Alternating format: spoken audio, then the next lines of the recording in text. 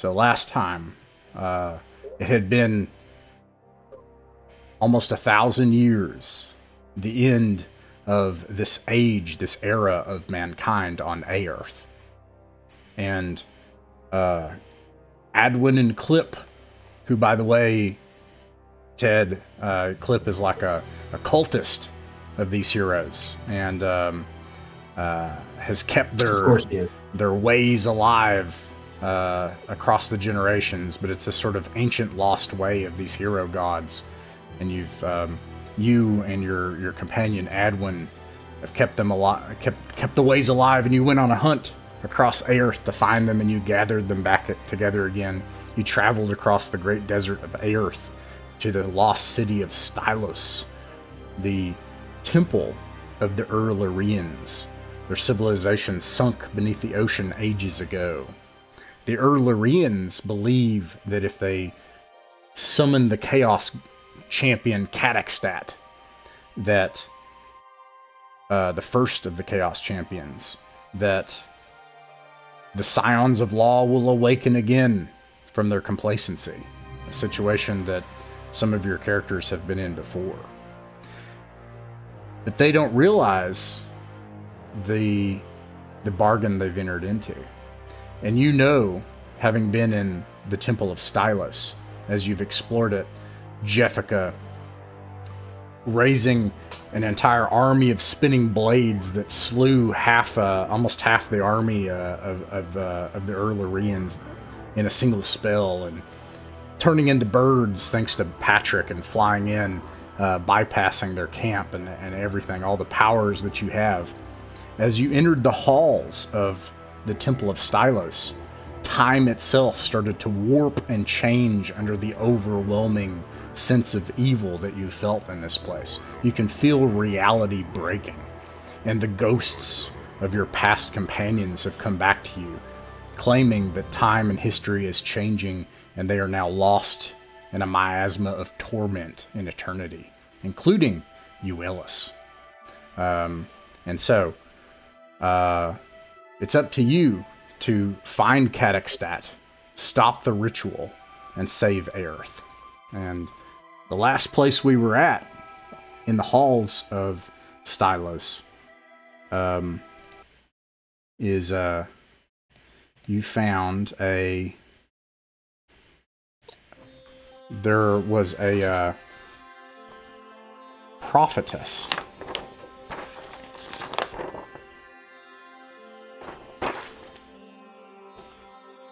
This place is choked with heat, overwhelming stench of burnt hair and flesh. Oily soot covers the walls and blackens the ceiling. You see a cerulean glow. You hear hissing, spitting noises of fire. There's a chamber dominated by a roaring column of azure flame here. Across from the fire sits a towering woman atop a rough-carved stone throne. And on the throne you can see her holding her arms up, barely, imperceptibly moving them, as if in communion with something, concentrating on it. And this azure flame whips and swirls around the room. And you can see two towering warriors in iron masks. And I believe where we stopped last time is you chose to put a stop to whatever is happening in here. And everybody can roll for initiative.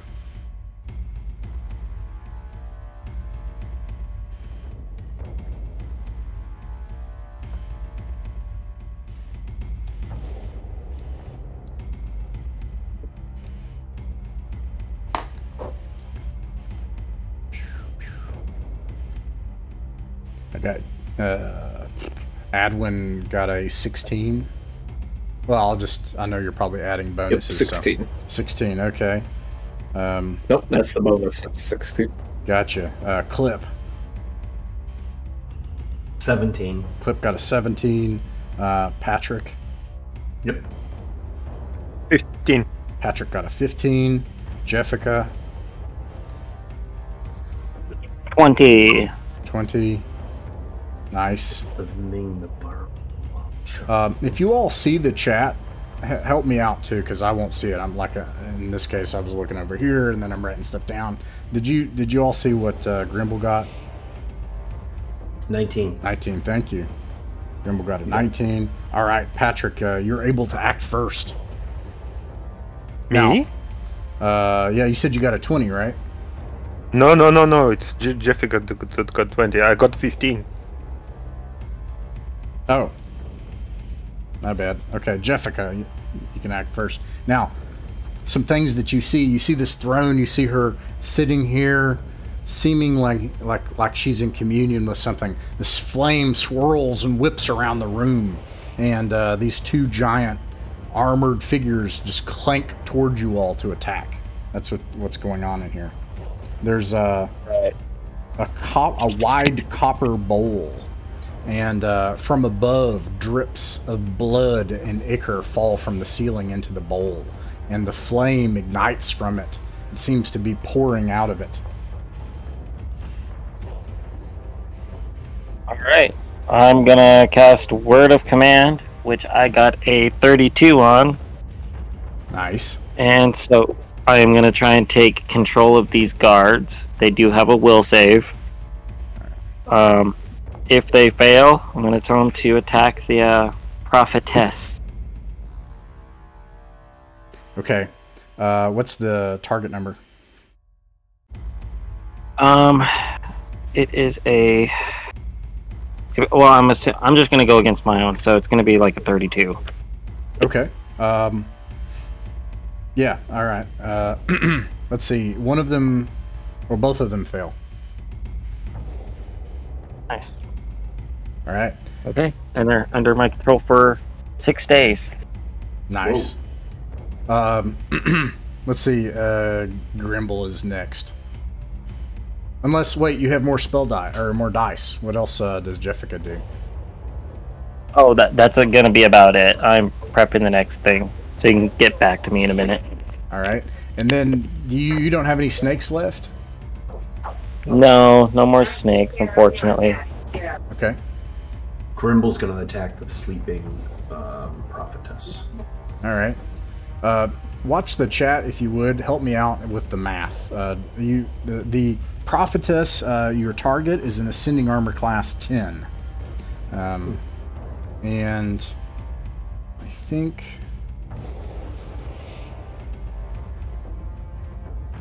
Yeah, I think that's it. Okay. And certainly Grimble, roll all of your attacks by all means. Meanwhile, the living flame whips out as Grimble runs toward the prophetess to put a stop to it. The flame whips at Clip, and let's see. It's pretty much guaranteed to hit.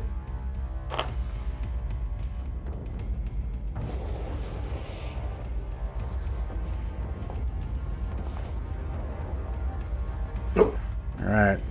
She fumbles on one, and oof. 8 plus 21 is a 29 to hit. Yes. You were able to just barely hit my 10 AC.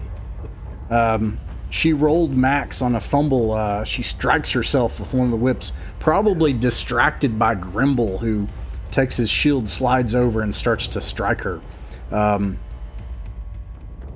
She does normal damage to herself plus an additional point, and this is all with probably the flame whips out and strikes Clip and does the damage, but then the second one, Grimble, you're just all up in her grill right after that, and she gets distracted, and the flame whips back and actually strikes at her. She howls out in pain, and where is it?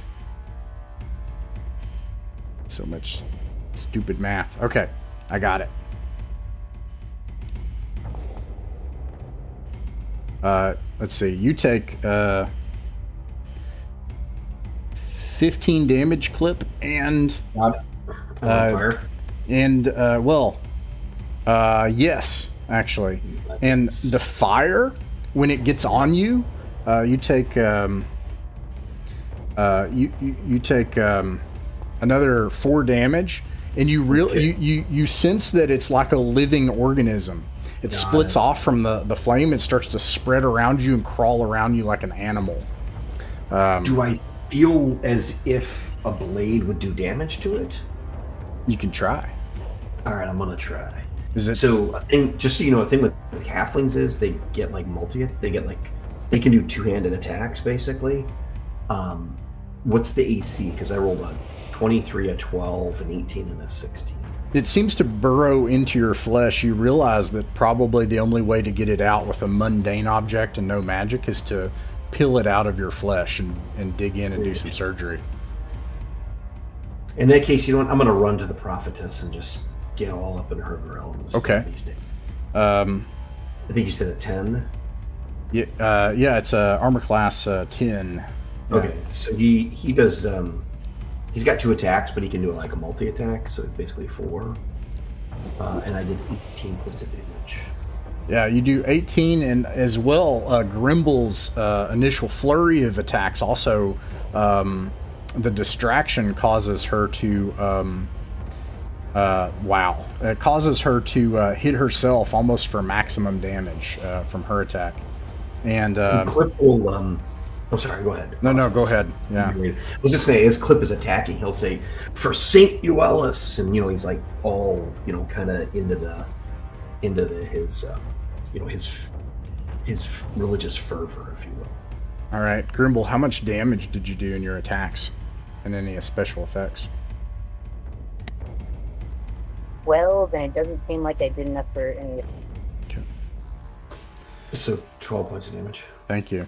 All right, yeah. So what happens is Grimble, you start striking at her, it distracts her, the flame comes back and whips onto her, and then Clip, you run forward and you start striking her. Even as she's being beaten down, she doesn't turn to defend herself. Instead, she closes her eyes and concentrates, and the flame just like it's coming up out of that brass bowl, and it's just whipping harder at everyone. Let's see. Meanwhile, Jessica, you have 2 big shield warriors under your command. What do you have them do?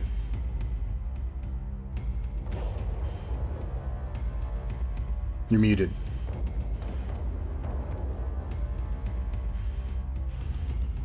You're muted, Glenn.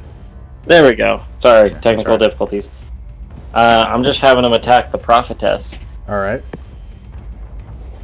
It's a plus 22 to hit.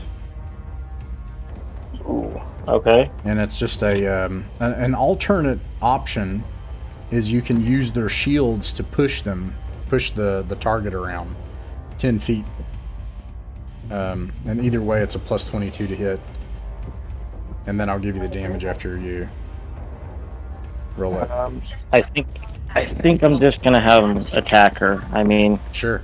Safer bet for her to death. Right. Do they have any bonuses to them, or? I'm sorry. Actually, it's 2 D24s that they have to use, and it's also plus 22 on top of that.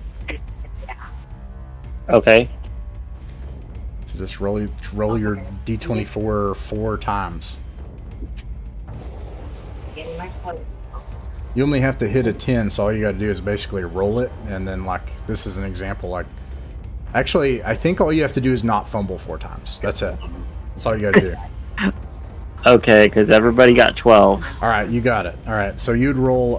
Let's see. Can I do this in the VTT? I know it'd be fun, but this is crazy, right? So like, go ahead. I'm going to tell you what happens, because it's funny to me. 16 D10 plus 40. Oh, dear God.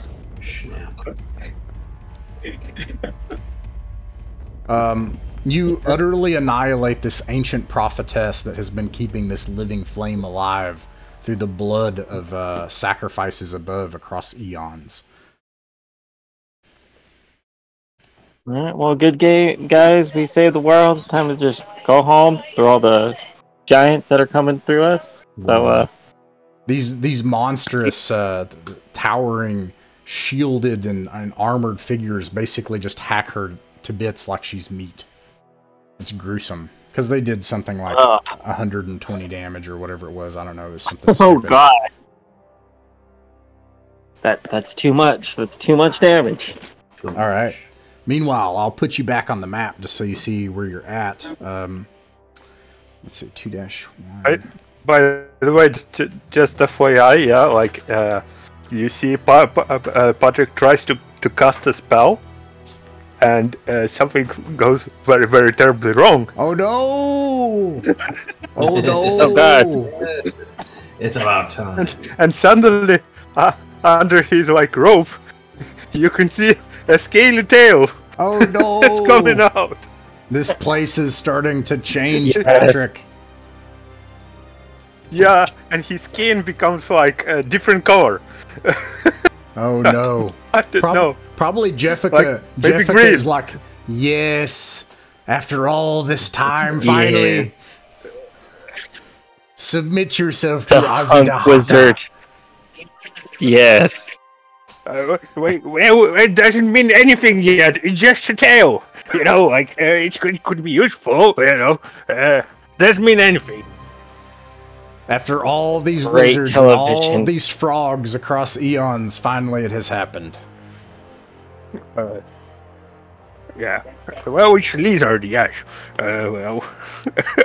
Join the Chaos side, Patrick. You get better cable options in the Chaos realms. Well, I don't know. Just, you know, it doesn't mean anything. You know, it's just it's just a tail. Well, it's a scaly tail, but well, how do you know? Maybe it's not a lizard's tail. I don't know what kind of tail it is. Reptilian in any sense. It's you know, it's your opinion, man. There's actually kind of got this wrong, but I think it probably would have added confusion to what was going on. Anyways, there is a staircase here, and dripping down from it, there's blood dripping down from above into the brass bowl. The living flame after you killed the prophetess extinguishes, and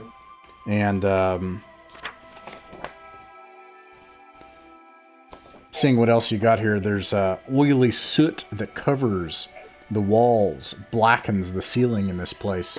You've got the brass bowl, and let's see here, the staircase and the throne that she was at, and that's about it. And you now have 2 giant things under your command. And Well, Glenn, did you get the math for this? Because I'll give it to you so you can use it. The math for the Giants? Yeah. No, I did not. Ready to copy? Okay. All right. It's plus 21. I'm sorry, plus 22 to hit.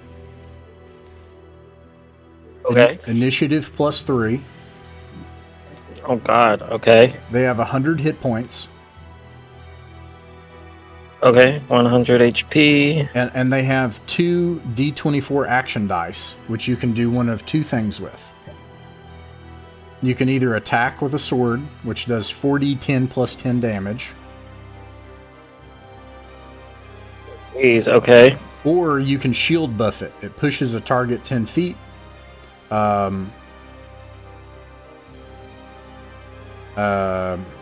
And does what is it? And it does I'm confused. 1d10 plus 10 damage. Oh god, okay. And actually there is one other cool thing you should know is they crit on a 20 to 24 range. They have 4 What's Okay. their did you say what their table is for crits? I'll just have the monster table ready to go. Okay, I Right didn't here. realize yours. Okay, yeah, Yeah, gotcha. I'll probably use they are probably just the crit table M. Yeah, they're not demons or undead or anything, dragons, so I'll just use crit table M. Okay, so what do you all do from here? I'll also rotate collars. I'm going to start with Grimble. What would you like to do from here? I'm watching the chat.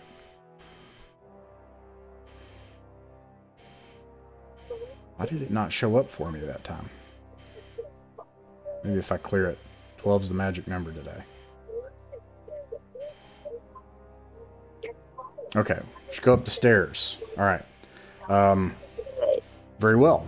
I'll take, let's see, let me get rid of her and take all Everyone's of going you to all. grab that brass bowl before we leave, for sure. Okay.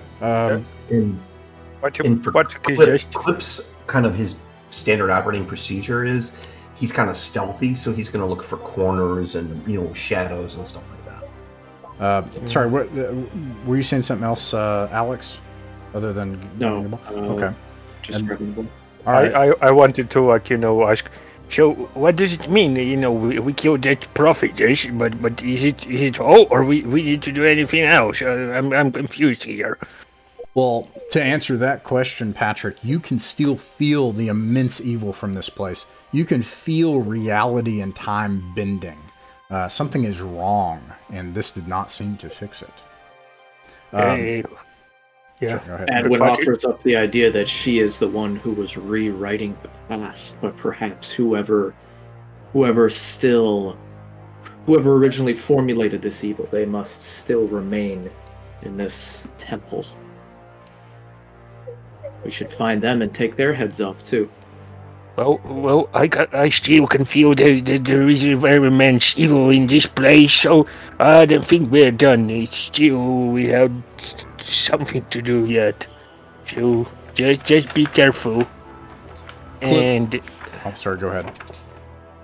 And yeah, and if anyone mentions my tail, I'm gonna turn him into a frog or something like that.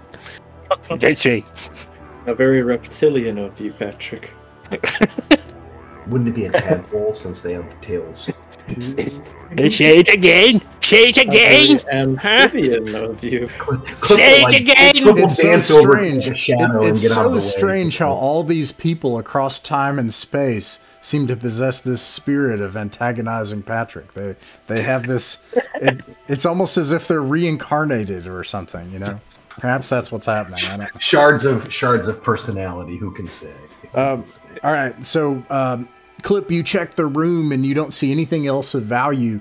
It just looks like it had been charred and scorched with this living flame. Although Clip gives the thumbs up, everything's clear. We're good, boys. Let's yeah, go. and yeah, you don't sense any traps or anything either. Sorry. It seems. My companions, that we have returned to the floor which we were on prior. Perhaps what we seek is still below. Yeah, there are a couple of things that probably reveal themselves about this room. I apologize. When you grab the basin, there's something that you get. You see it inside. I want to make sure that you have this. Blackened iron brazier, right? Brazier, 4 feet in diameter. Be careful. I know, right? I'm going to be honest. I've done that an unusual number of times in the past. Well, once you rewrite that part of your brain, it's impossible. You can't. She would have had a lot higher than AC 10 if she had. Let's see here.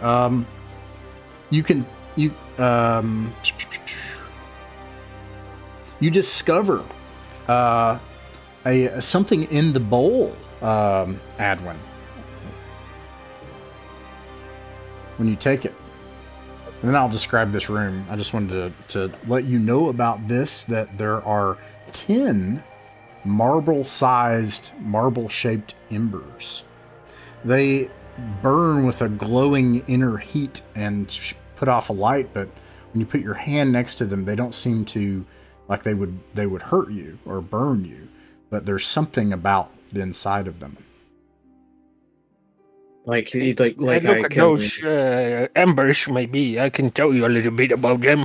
Yeah, I'll hand one to Patrick, and then I'll grab another one. And seeing how these were in flames, maybe it's just like the outside is covered in soot. So I'll like try to rub it clean and peer inside. Yeah, while you're rolling your D20, Patrick, it might be a D24 now, whatever your die is. But Adwin, you it's hot, but it doesn't hurt you, and then you kind of polish it, and it looks like a large, fat marble with like that kind of tiger eye fire inside of it. You can see it's slowly swirling on the inside of its dark mass.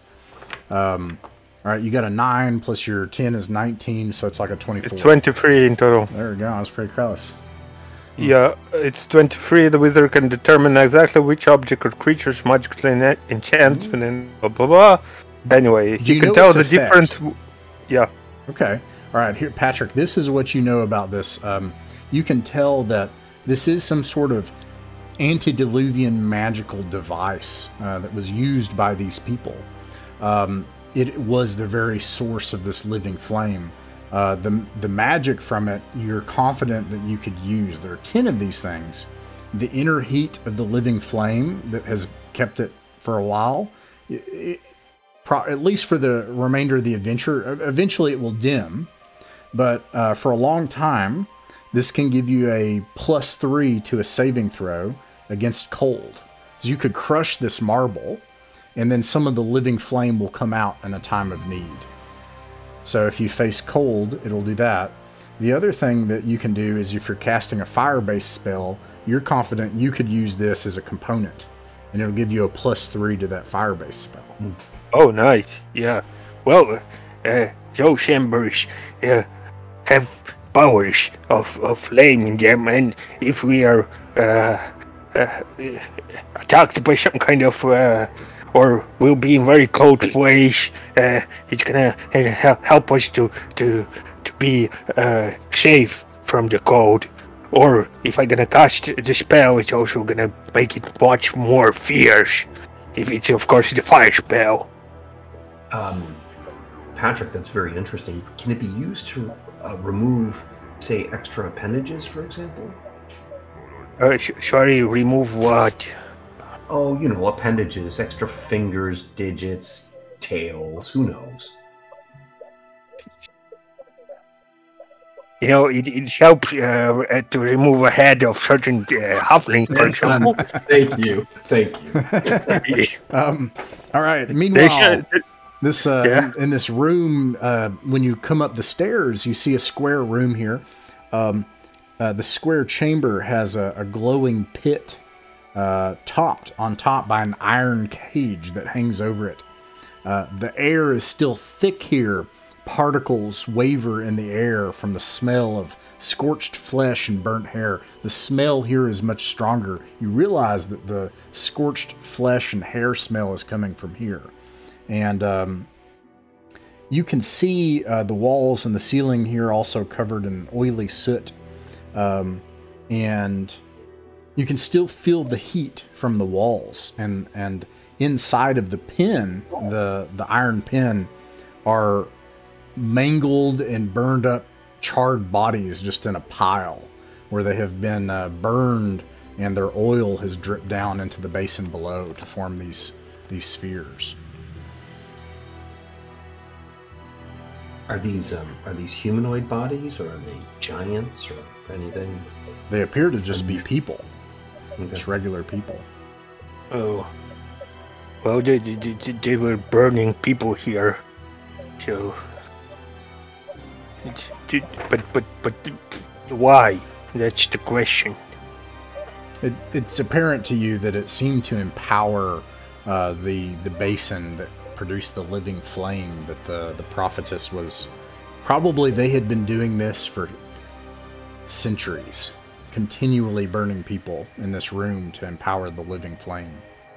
It's a green place. I would say that it seems like they were using people to empower that flame, and they've been doing it for the centuries. You know, they are gruesome people, or giants. I don't know how do you call them. Anyway, I think I just wondering, did we stop the? We still need to kill that thing. I can feel the evil in this place. All right, the next caller will be Adwin. Adwin, what do you think we should do from here?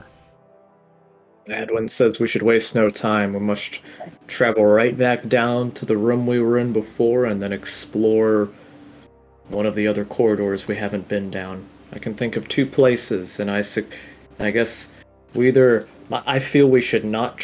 I feel what we're looking for is not to the east, but rather in another corridor we spotted. Yes, we're right next to it. This one here, perhaps, to the northwest. All right, very well. You travel down back to this corridor. I'll kind of describe what you see when you get here. I'll move your tokens, kind of pan the camera. All right. So,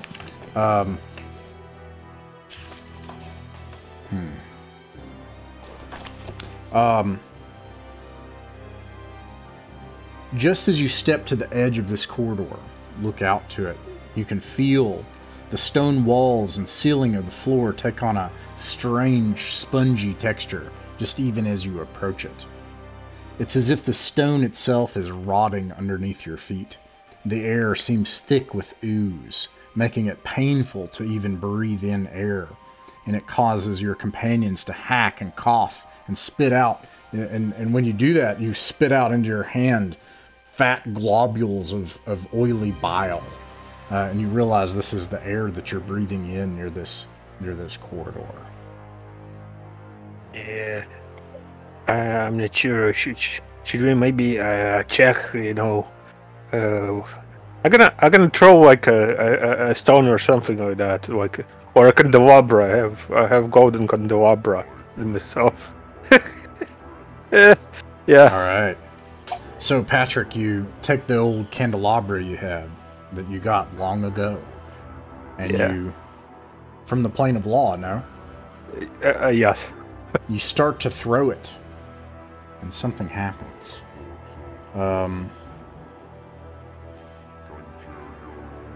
What are all of your corruptions that you've gathered? You have 2, 3? How many? I have only one. You have 1. Okay. Is it a minor, major, or greater corruption? I don't know how it's called. Like, just let me check. What does it say in a spell? It doesn't like Yeah, say. I don't think spells actually. Though those corruption checks are separate. Right. Yeah. I'm gonna say that it's a major corruption because it bodily changed you. Okay, so, all right.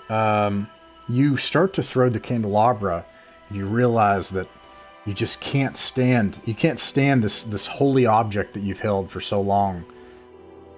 To let it go and throw it down this hall. There's something about this hall, and you need to make a will save. The only thing that you have to do. Let me see here. You have to do it twice, actually. You have to make 2 will saves. Can I throw in luck? That halfling ability? Yeah. Caster's will save versus DC. Interesting. Yeah, so all you got to do is not roll a 1. You probably don't need any luck. Okay. It's just right. if he rolls a 1, this happens. Got it. Yeah, he's good. No, I rolled quite well. It's 21 and 22. So you almost throw it, and you realize there's something that is just compelling you. As strong as it can, it desires for you to come down this hallway. But you're able to resist it.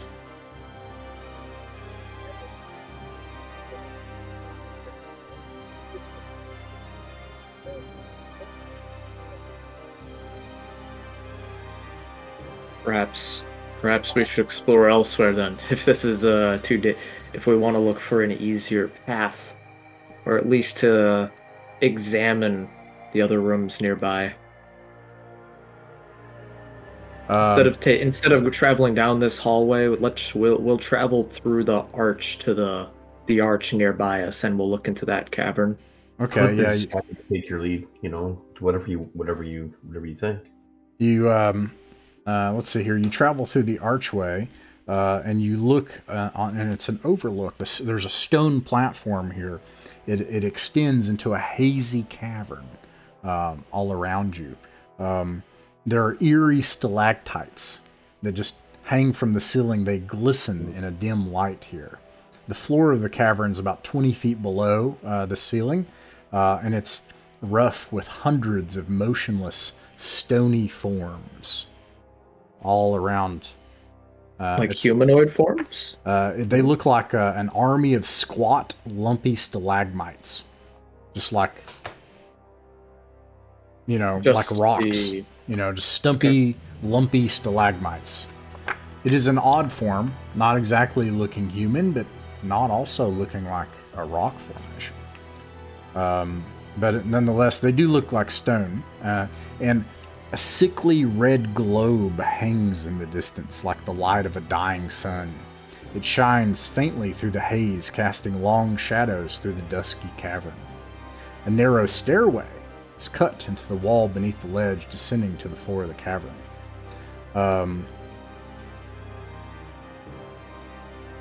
This pale orb is just a pale light.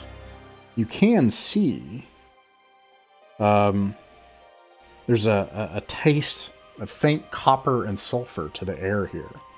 It's otherwise warm and thick and has a heat coming off of it like a decomposing corpse.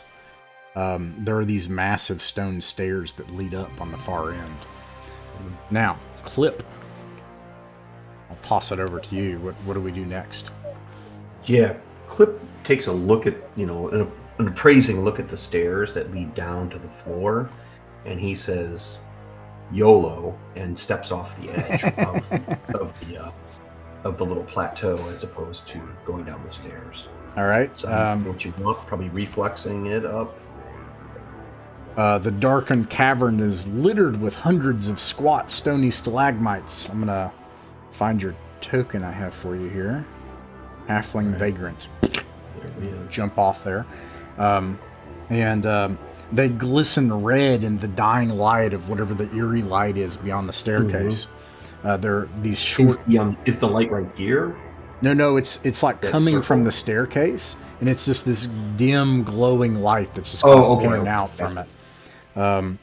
And these short, knobby formations, they feel drawn to it. Does he want to go to it? Is that an idea, or is it repulsive? What's his alignment?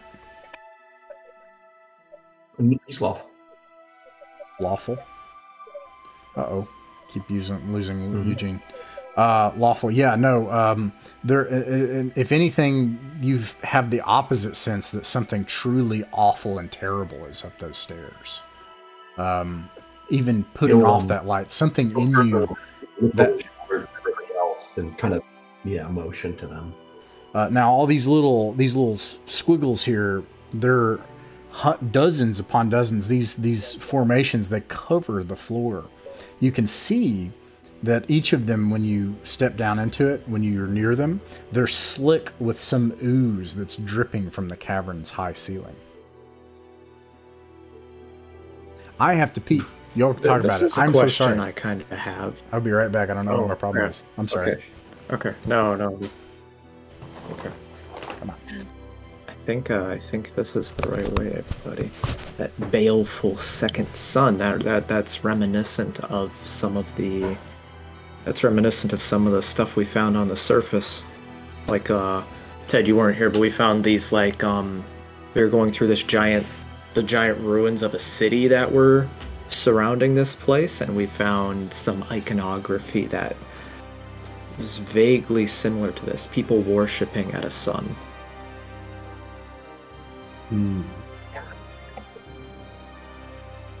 Tanner's asking, do we break the sun?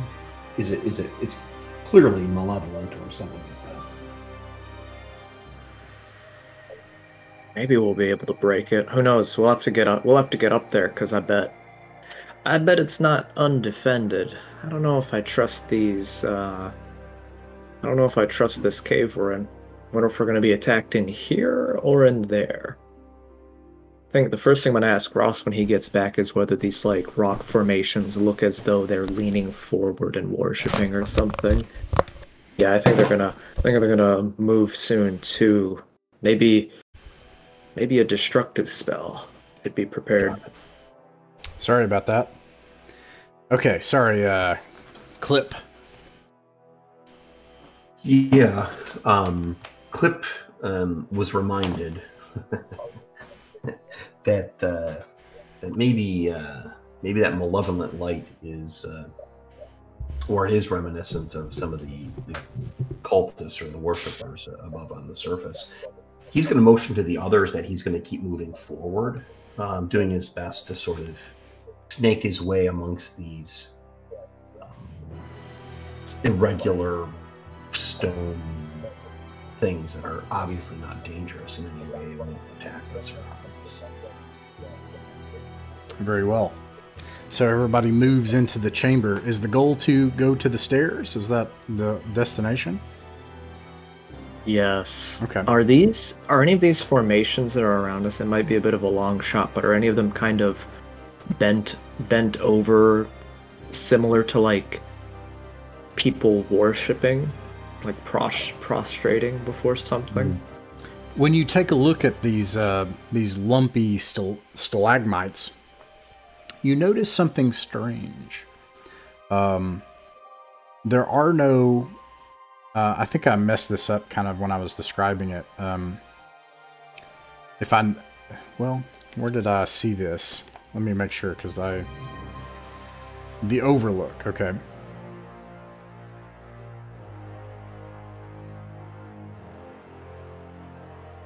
I think I understand what's going on here. Oof. Sorry. That's all right. Sorry.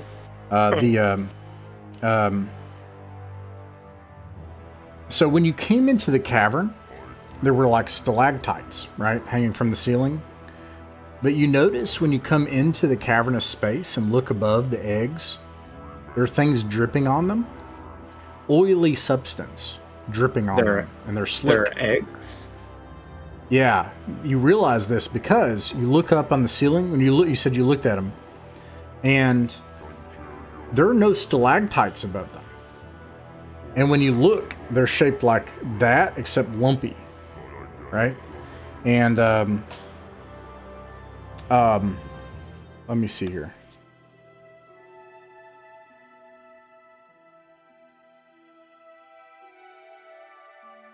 Interesting. Yeah, that's it. I'm saying we should maybe avoid them or maybe put this all on fire or something like that. Hell knows what's gonna come out from those eggs. Well, they're above us, and we're trying to get across the room. And we're about as far from them as we'll be for the moment, right? All right. Do you want to blast away at them before we cross the room? Well, is it hard actually like to avoid them? No, you can avoid them. You can kind of like, as you're walking, kind of get between two of them, not touch them, try to shimmy your way through without touching them if that's your goal. Oh, are they down here with us and not on the ceiling? Yeah, they're not on the ceiling. They're on the floor. They come up to about chest height. That's what I understood, is that almost like sediment is depositing. If you've ever seen like when stuff, drips and it kind of starts to form up. Yeah, and usually in a cave, you'll have a stalactite, and it'll drip, and so it'll form, right? A stalactite will form, and it'll drip, and then it'll form a stalagmite. But there are no stalactites above you. Right. But some oily substance is falling from the ceiling and dripping on them. Oh, well, I'm with that advice. It's like, definitely step carefully. We don't want to upset any of these things. Yeah. And remember that I felt something nefarious from this place. So maybe we're just wondering where's the creature that puts those eggs here. Mothers are usually big. If it's like an insect or something like that, if it's an insect, so it's gonna be very, very big.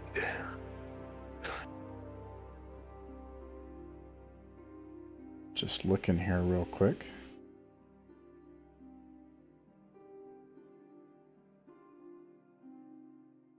All right.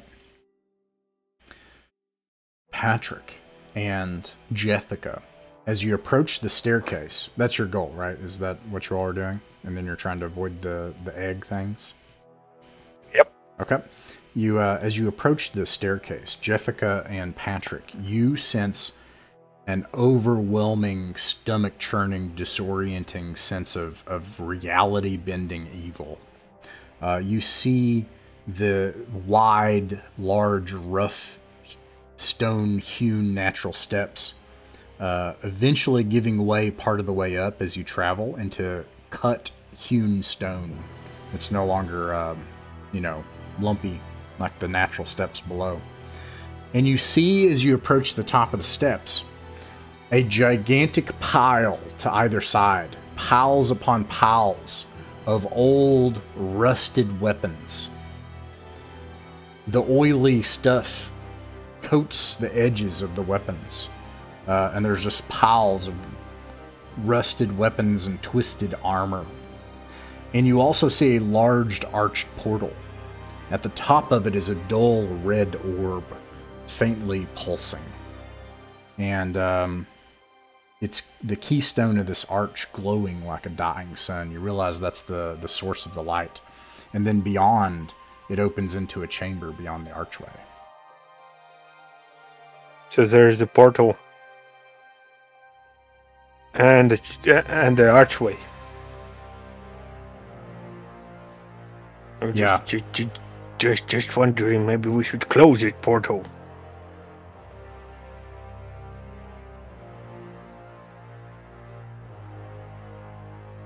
What do you think? Maybe it's this is like a source of evil, right? Yeah, we can feel that the portal emanates. The cornerstone does, and then something beyond it does as well. It's not a magical portal. I'm just saying that you can see beyond. It goes into another chamber beyond. It's not like it's got like a rift or something. Oh, it's not a magical portal. Okay. Yeah, I mean, I don't mean to, it's not like a teleport or something like that. Mm-hmm. Well, can I throw another candelabra? How many do you have? I have 2 of them. I didn't throw the first one, by the way. Of course you do. Of course you do. Maybe we should just step through it. Yeah, sure. Why not? Death can be, very. How should I say? Portal to a different reality. Yeah, exactly. Yeah. Clip is a little bit foolhardy. He'll put his left foot, through this portal. I gonna before you do it, I'm throwing the candelabra. Fuck it. I mean, sorry. Okay. I'm gonna do it. Well, both things. Wait. Okay. So Patrick, you draw a candelabra. What do you do with it? I throw it through the portal. You throw it through a portal. Nothing happens. Okay. Oh, it's obviously safe. Clip will walk right through. You step right through. Clip, as you step through it's almost blinding, this glowing. And I have misunderstood something critical, and I apologize. There's just a lot of weird stuff going on here. Jeffica, so it's kind of confusing, and not only confusing me like from the text, but it's confusing to your character right now. What's happening, Jeffica and Patrick? So, Jeffica, as you approach this, you realize that what you sensed at first, something's not right. And you start to feel like you're burning. Jeffica does. No one else feels this. Everyone else, you throw a candelabra, step through, Clip, nothing happens. You seem fine. And Jeffica, as you start to approach this, you burn more and more, and you look up into the archway, and you see that the glowing red thing is actually a tapestry of small red pieces, a mosaic. And it depicts a mighty battle between a Titan of Law and the Grand Titan of Chaos in primordial ages. And these different pieces of this red mosaic form this. And you realize that the force coming off of this is a force of the tyranny of law, inflicting pain on your flesh. Ooh. Jeffica, you realize these little red pieces are not something of chaos. They're something of a powerful force of law. But beyond it is something of great evil.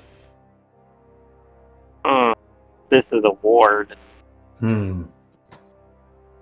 Okay, someone was trying to breach containment, and we're doing it for them. Alright, I'm gonna push through, even if I take damage. We're helping, right? I mean, we're helping. You're uncomfortable, but you don't take any damage. You do get the sense that if any of those things were taken and used against you, it would hurt you. Alright, let's make sure those stay in place. Yeah, maybe that ward should stay there. You know, it's a little protecting, shall we? All right. So you all continue up the stairs? Yep. Very well. The next caller is Patrick. Let me describe what you see when you get up here.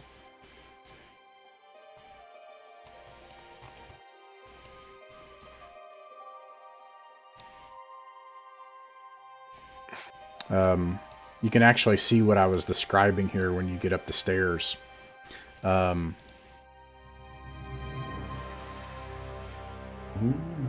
here we go. Oh.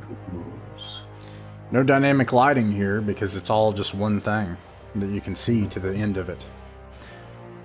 As I said, so there are piles upon piles of ancient rusted weapons and twisted armor, covered in some sort of substance, the edges of them and things.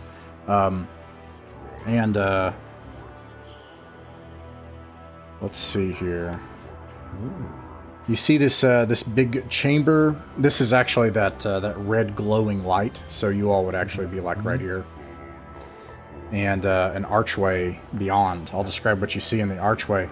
You see 3 enormous canopic jars dominating the vaulted chamber.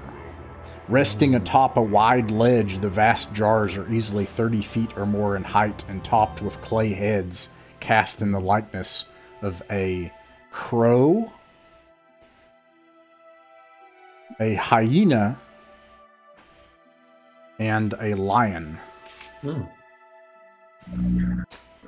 One of the enormous jars is cracked, and clear ooze seeps from the crack, dripping down the face of the funerary vessel, pooling on the chamber floor. An execution is taking place on the sunken floor beneath the vessels. A towering priestess, one of the giants of Erleria, arrayed in rich robes, holds aloft a great sickle sword, and before her kneel 6 priestesses, dressed in white gowns, their necks placed on execution blocks. A final giant form arrayed in stylized bronze armor bears a shield and long spear, stands watching over the proceedings, eyes glinting darkly beneath a great dark helm. Let's see here. So it looks like, and you can kind of see this going on over here with this pit, and they've got their heads on blocks, and she's got a sickle sword, and then someone in a crazy looking, you know, bronze helm overlooking all of it.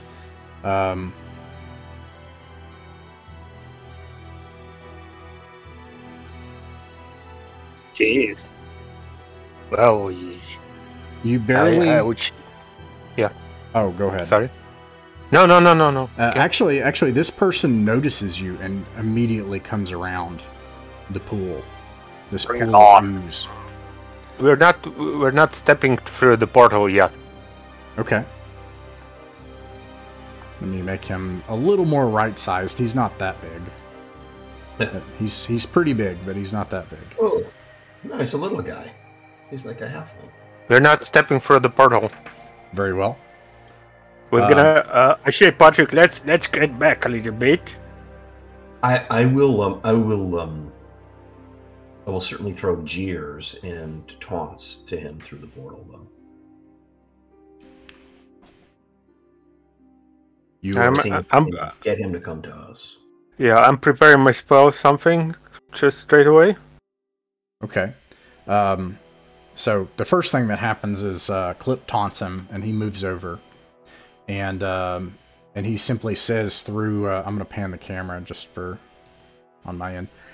He looks through the portal. He doesn't pass either. He looks at you. He says.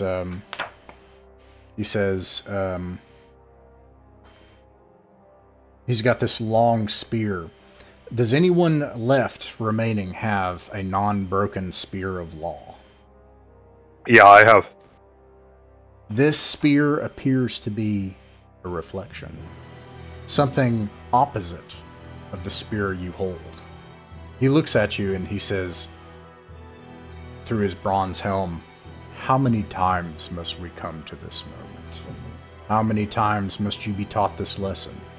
How many times must we circle back to the beginning? You think that you're here for some meaning, some purpose, maybe to help Aerith, to preserve something you've built, to attain something you want. He looks at Jeffica. It's nothing. All of this means nothing. The only thing that means anything in this world, in this universe, is violence.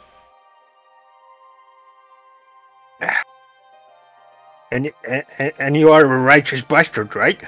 You seem you know everything. You know the truth, how everything works, right? Grimble taunts. I'm reading the taunting here. Grimble says, I read philosophies for teenagers too. Roughneck. That's pretty good. That's pretty good. I like that.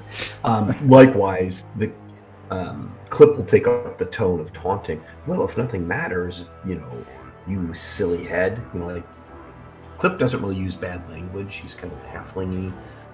And come on over here and prove it. We're strong and we'll take you down. Unless you're a coward. You will not pass through this gateway.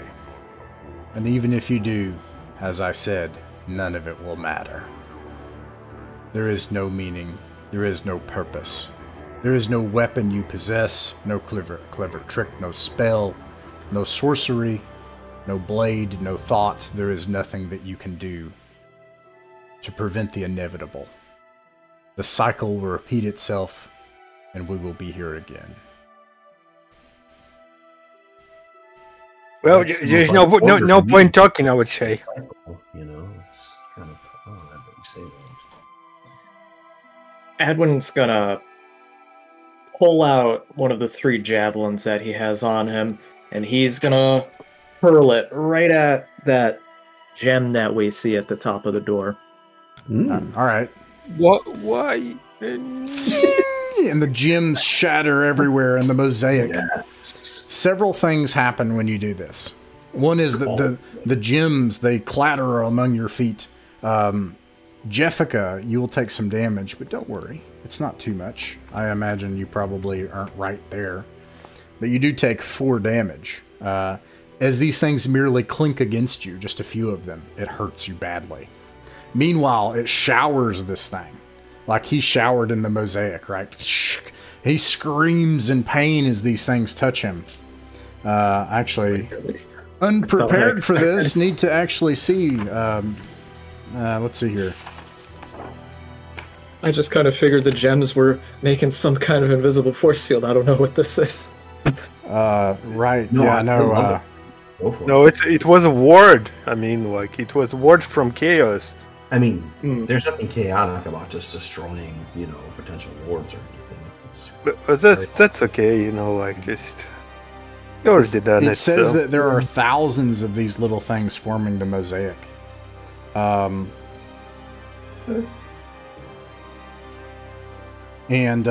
so I'm going to say he's showered with 2d100 of them, because he's nearby. It's because it said thousands, so I'm going to say he 2d100 of these things shower against him. So let me see. 118, he takes 118 d5 damage. That's not. You discover, as he takes 375 damage as he's showered in this, it burns him, and he screams as he boils under his ancient magical bronze armor. These things are imbued with some extremely powerful force of law.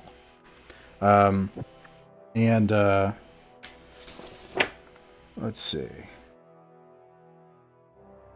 The living embodiment of the Chaos Champion in mortal form merely boils under his ancient armor and dies. Unfortunately, he has served his purpose in the 3 rounds that you've taken to take various actions. And the priestess has finished slaying the martyrs. Ruh-roh.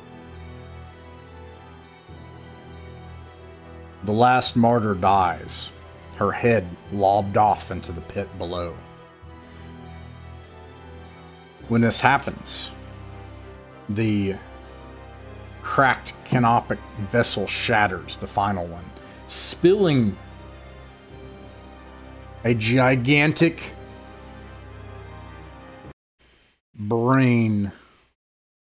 It slithers out from the pool. This is all fine. That's fine. That's fine. You know, Yeah. like that. This thing is probably dozens of feet wide. It occupies the nasty ooze and the pool. You know, takes up most of the pool. It's lifted up then underneath, kind of in its parabellum, that part, that little dangly bit. It's lifted up by this ooze that seems to come alive. And all of a sudden, tendrils of this thing whip out, like dozens of them, and they reach around you, but they don't grab you. Instead, they each grab multiple ones of these rusted weapons just from around you, and then it whips them back. And there are dozens of these tendrils with these weapons.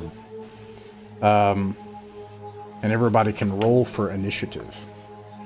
By the way, before that, I already told that I casted a spell. All right. Yeah, and I casted again that mask of how it's called? Sorry, just give me a second. Akim's mask, or yeah, Akim's mask. So it gives me +4 to my AC. Also, it gives me.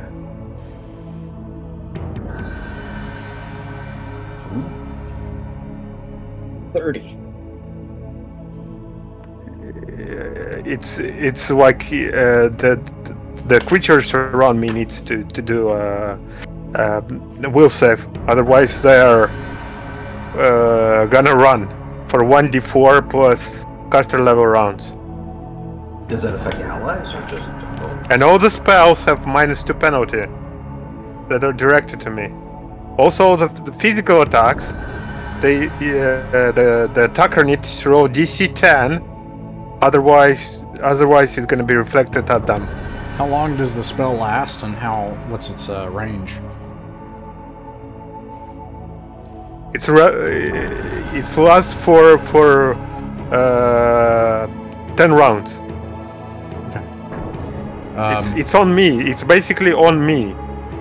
It just, like if anyone sees it, like. Number? For the luck, or for the will save is will save. Okay. The luck you need to pass the DC 10. Okay, and what's the will save target number? 10 plus. It doesn't say. I guess it's just you need to pass your own like will save. The Chaos Champion is melted basically in his armor, anyways. The brain seems unaffected so far. Let's see. I got Titan Brain. A 4. What did Grimble get for initiative? 5. Grimble got a 5. Adwin? 30. Adwin got a 30. Clip? You're muted. Yep. Yeah. Sorry. That's alright. We got a 12. 12. Patrick? 18. Patrick got an 18, and then Jessica. 16. Jessica got a 16. Adwin, you're able to act first. So this brain, it's in the pool of living ooze with all those weapons. What's it look like the woman with the curved blade in the back is doing right now? She's yelling and charging towards you to attack. You know what? She's getting a javelin thrown right at her, and then I think Adwin's gonna Gosh, does anything remain of the Chaos Champion? Like, is his sword still there to be sought? Yes. Or his spear Now, rather. It is clear to you just by looking at it that this thing is a thing of immense malevolent chaos. It is a powerful weapon of chaos. But you can pick it up and use it. Gosh, I wonder, I really feel as though magic weapons would be very, very important here for taking this thing out. Sacrifice our soul, my soul, to save history. You would not be the first hero in the campaign to do so. I'll Yeah, get we'll back remember to you what- and think about it. Clip, what's No, Clip doing? that's definitely that's definitely what I'm gonna do. I'm gonna okay. throw I'm I'm sorry, gonna I did it wrong. throw one of my javelins at the woman in the back, and then I'm gonna, still running forward, pick up the Spear of Chaos, and assuming I still have my sanity, I'm gonna leap onto that brain and attack it. You do not have your sanity. The forces of chaos imbue you. First of all, I'll get back to you on this, but you can help me out in DCC, roll a major corruption, and simultaneously your eyes turn black with evil power. You can't help but laugh, realizing all the power available to you.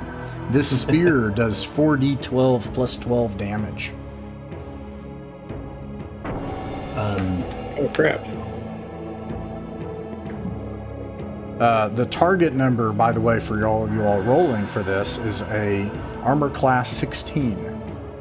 And in case you're attacking the handmaiden, it's an armor class 20. I'll get back with you on the major corruption and the damage, Adwin. Patrick, what are you doing?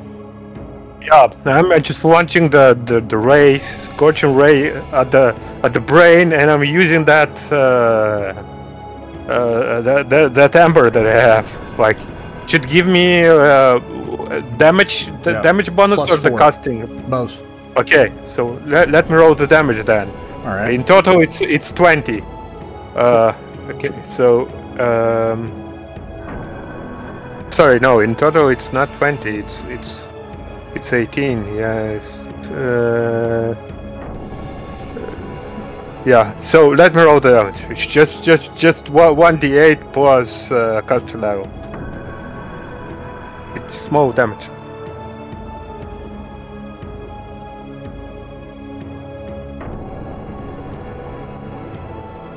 Jeffica, what's Jeffica doing?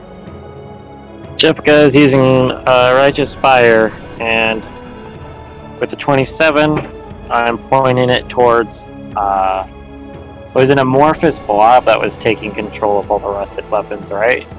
It's a brain. Sorry, yeah, you can't see the battle Oh, the map. brain, yeah. There's this giant brain with tendrils coming out that has like dozens of these rusted weapons swinging them around.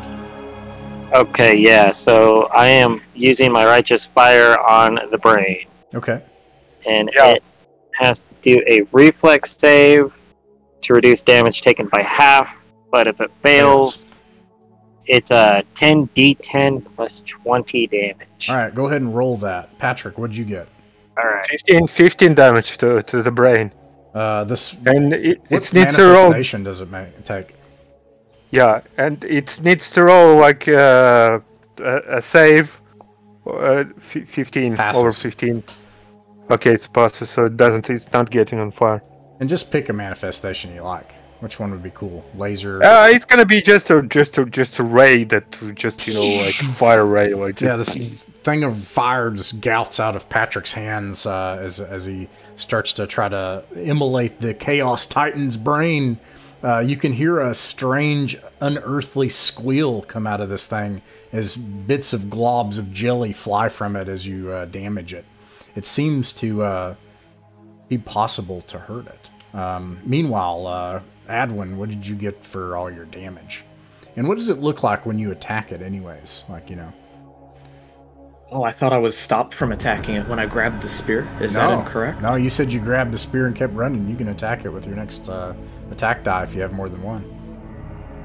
Okay, certainly. Let me roll those. And you said I get greater corruption, right? Yeah, roll a greater corruption and One of my limbs, I'm guessing the one that grabbed the spear, is replaced by a suckered tentacle. Yeah, it turns into a tentacle hand with suckers on it. And that's probably the one without the spear, and then you've got the one with the spear and your eyes turn black. And you are insane with the power of chaos within you now. There's no coming back for Adwin. 14 and a 21. Do either of those hit true? The 21 hits. 21, okay. Meanwhile, Jessica, how much damage did you do? The math checks out. I double-checked it. 210 points of damage. All right. There's only one thing that remains to this. Don't worry, Grimble and everybody else. You can move your damage over to the priestess. It's okay. And something, I gotta go. I'll resolve this. I gotta get up again. I'm so sorry. I don't know what's wrong with me.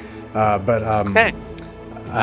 I'll describe a few things that are happening here, and then we'll do that.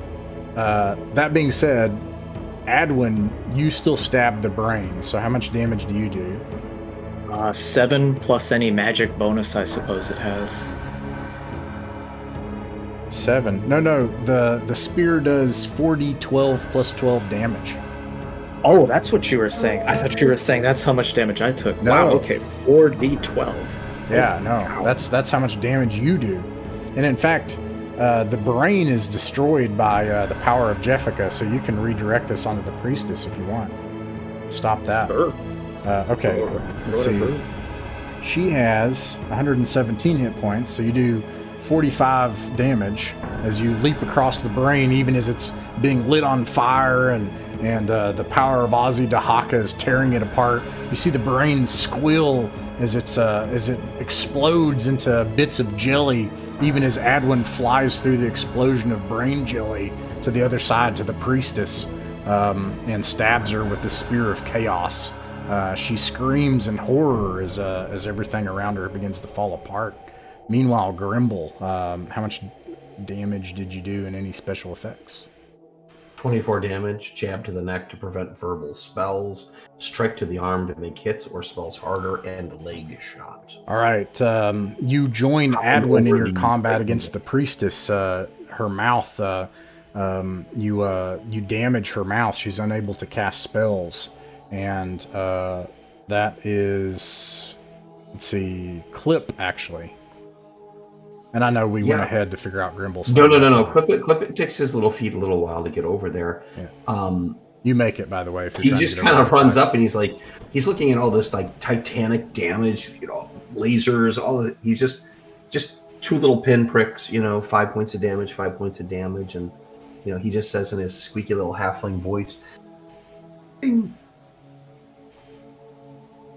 So 10 points of damage all in. All right. Meanwhile, Jessica, before the Titan Brain wasn't even able to act, the final daughter of Kadakstat tries to fend you off. It seems she feels there's still something worth fighting for. But Jessica, you have two giant. Yeah, 2 giants that you can roll for. Yeah, I'm gonna have them attack her, and 17, 15. That's the hit. 15 does not hit. 15 does not hit. Okay, so 17 hits. 17 also does not hit. Okay, well there we go. All right. Okay. It looks like she's going to get a chance to attack. She is, of course, going to attack the halfling because she is simply trying to win. Her tactical brain is I'm going to guess that's her best bet. And so she gets 3d24 to attack the halfling. And let's see, Clip is armor class 12. And let's see, 21, 21, 18, all 3 hit. And it does... anyways, plus 22 to hit on top of that. And 4d8 with 3, 12d8. 12d8 damage.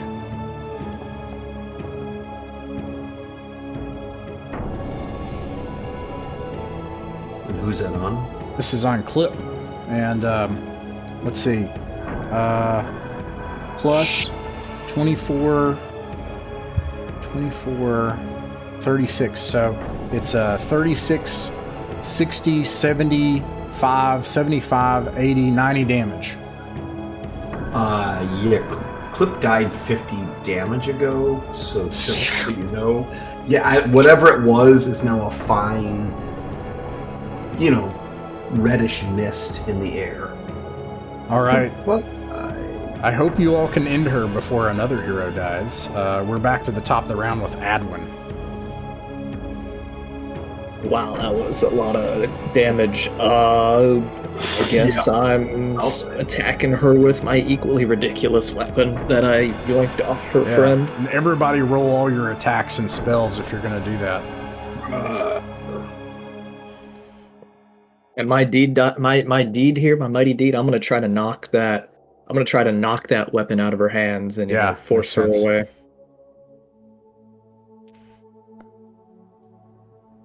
All right, one of those hits. And I got a 9 on the deed die. Okay. All right, you knock it out of her hands. She still has one thing left to do with that, but she won't be using her sickle anymore. And 28 damage. She is still alive. So that's your turn, Patrick. What do you do? Yeah, well, he already did. Like he already summoned 12 Shrumans. 12 humans? Shrumans. Oh, shrew men?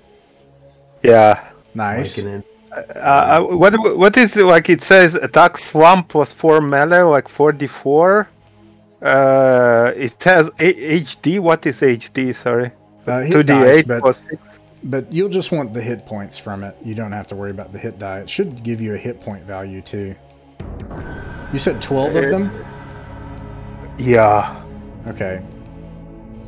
1, 2, 3, 4, 5, 6, 7, 8, 9,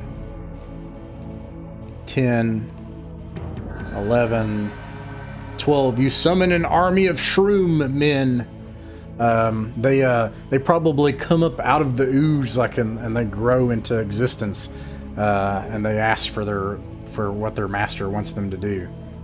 Well, to attack that priestess, all the Shrumans I'm gonna attack them. I don't know. So do I need to roll hit die? Yeah. No, don't worry about that. Roll 12d20. 12d20. Okay. That's what we need.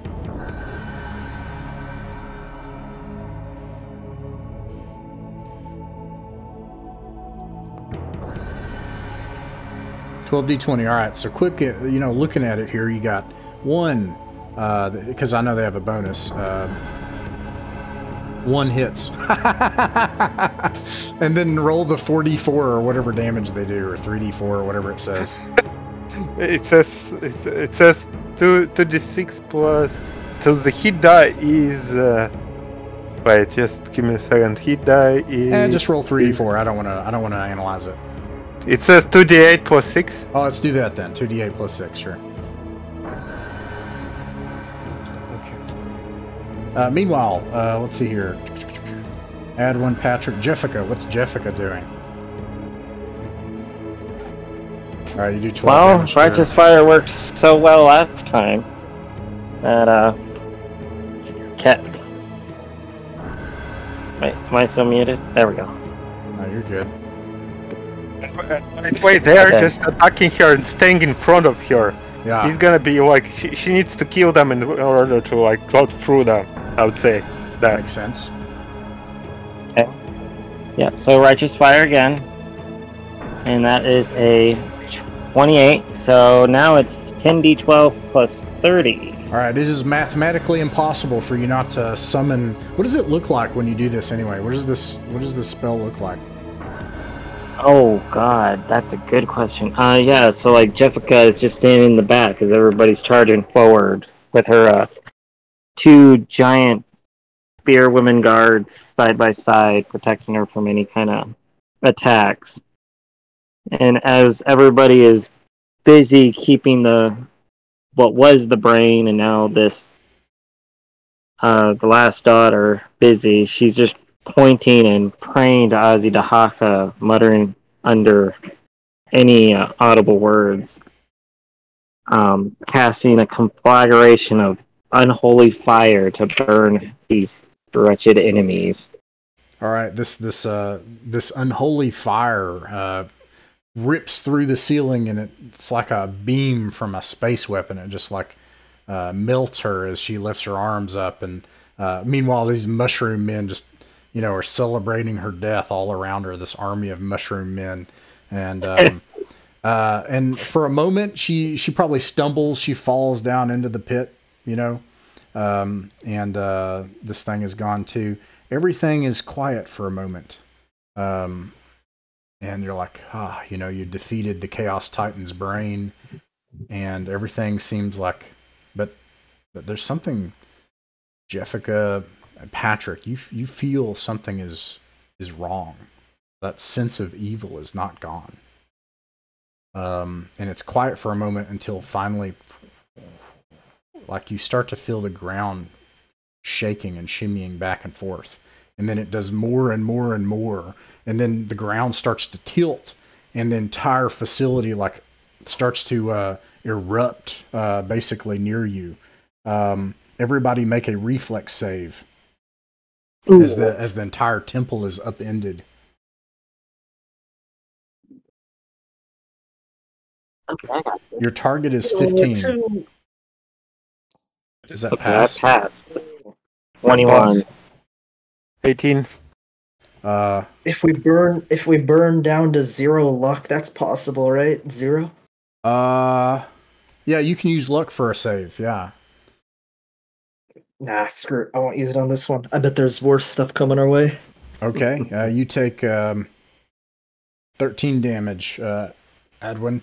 As the facility just erupts, it explodes, as something rises out of it. And you were lifted into the air and you fall somewhere else. The entire place moves until you just hear... I think probably Patrick, I'm going to kind of bend what's going on here. You have your tricorder device that allows you to interface with the ship, right, Patrick? Yeah. You're able to use it, and you can see what's happening, that something has risen out of the temple, and it's already marched across Earth. It's already marched out of the desert, and it's causing utter havoc. There are portions of the planet's surface that are peeling back like a vegetable, like an onion in places. Meanwhile, this thing is marching through the remaining surviving cities of Earth. Let's see here. And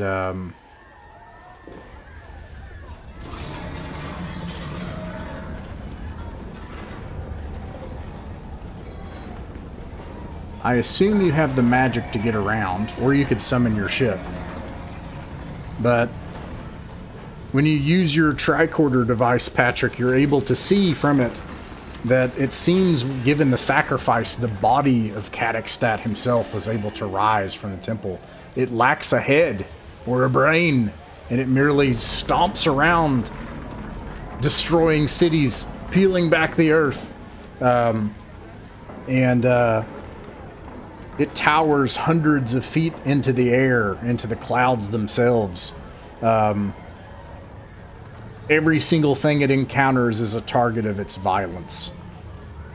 The Second Sons have lost, but the headless Titan is unleashed onto the world anyway, no longer with any purpose. In a way, the Chaos Champion was right, only for violence alone, not to usher in any new age or anything like that. It destroys Chaos and Law Temple alike. And I'm going to roll for its first attack. Oh, man.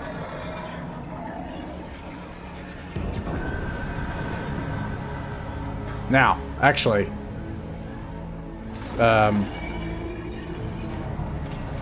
you see probably some other champion of the world come to face this thing through your tricorder, and it's like,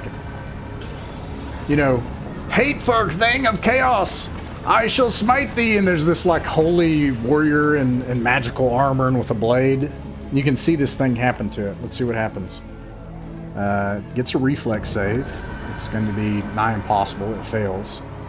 And it takes 20d6 damage.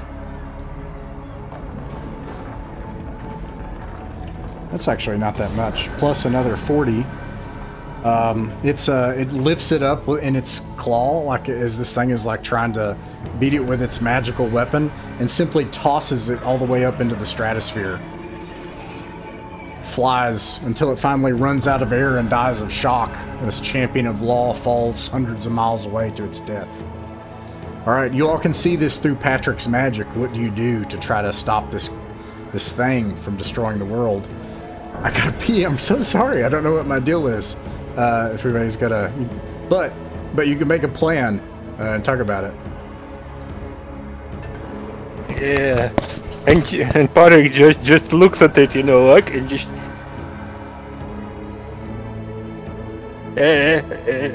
what in the hell is that? How in the hell are we gonna stop it?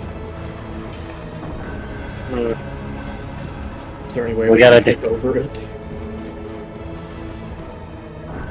Maybe, or we can go inside. It's like the inside of it is pure fire. That's true. Patrick, you got any more potions of like fire resistance that you could make us or something? No, I already done one potion. I can only do like after a week. Dang it, why couldn't this happen next week then? Wait, if anyone can hear me, would it be possible to get it to your seat and trip it in? Maybe. There's one thing we could do, Jessica. I can link our magical power together and try to, fusion. All right. What crazy plans are you coming up with? Are you giggling about there, Eugene? Like, what's this? No, it's just I have this like orderly assistance. So like the caster opens up magical conduit up to 2 other spell casters within 20 yards too much of math. each position. Give me the cool 1-sentence version. Like, give me the narrative version of this. And we got like spell bonuses. He wants to combine our powers. Yeah, like Power Rangers or something, right? Like you're like. Yeah. Yeah. Okay. By the way, Ted, you can obviously roll up a completely unrelated level 10 champion. No, I'm already thinking I'm gonna have to hit a new. Yes, I'll have something this week. No problem. You can become Greg, long weekend. the holy champion of I think this the will last be it. man of Earth. Okay. So, all right. So you are gonna increase your spell power. Is that the effect of the spell? Yeah, and we can offset the spell board. So you can add luck after the fact and spell burn after the fact, and you have all your stats and your luck. Okay, you roll a d20, Patrick. Okay. 13. All right. 15. Plus 25. So you're like 28-ish. You probably need to spell burn to get that up to 32, I think, right? Am I crazy? I think Jessica should cast. She seems to like have a much more powerful spell, so I'm just gonna be helping her. Oh, I see what you mean. Okay, Jessica. Sorry, go ahead. Okay, I am. Yeah. I mean, did we get onto our ship, or are we still in the temple? That's the real question. You can summon your ship. The ship. Yeah. I think we should like get in our ship and just fly after it. But spell wise, I am going to, since it's just right here and with the bonuses, I'm gonna try and cast Righteous Fire again. What was the bonus from his roll? Do I add again? We'll say it's you get max result because he's helping you. Okay, So 25. Let's say 25. okay. So any mountains, hills, or rocks anywhere near this massive titan, Jessica raises her arms and calls forth a volcano from the ground. Gouts of liquid fire burst forth from the ground as lava coalesces all around. All creatures within a mile of the volcano are instantly killed by emulation, unless they're immune to fire, such as fire elementals, or have extraordinary magical protection. Alright, here's All what happens. creatures. No, you don't have to worry about all the math. I don't need all that.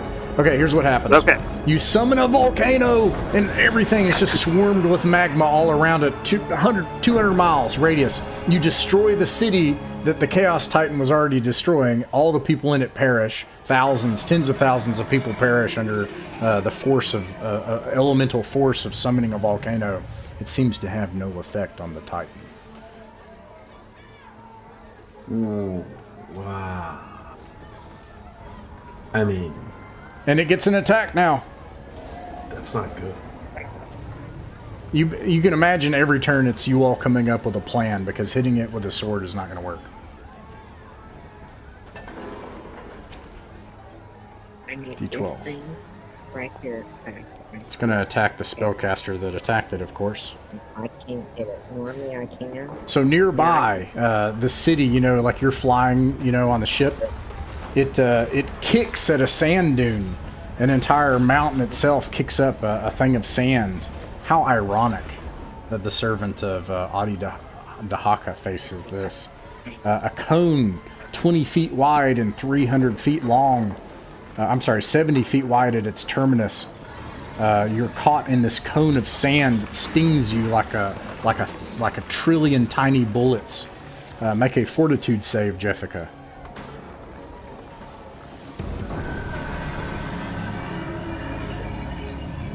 By the way, yeah, your bonus is +3. Yeah. Does a 23 pass?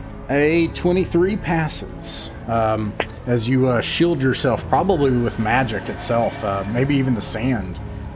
These things fly past like bullets. Many members of your crew are simply shot through with the sand and destroyed, and they fly into the wind. Alright, what's the plan next, crew?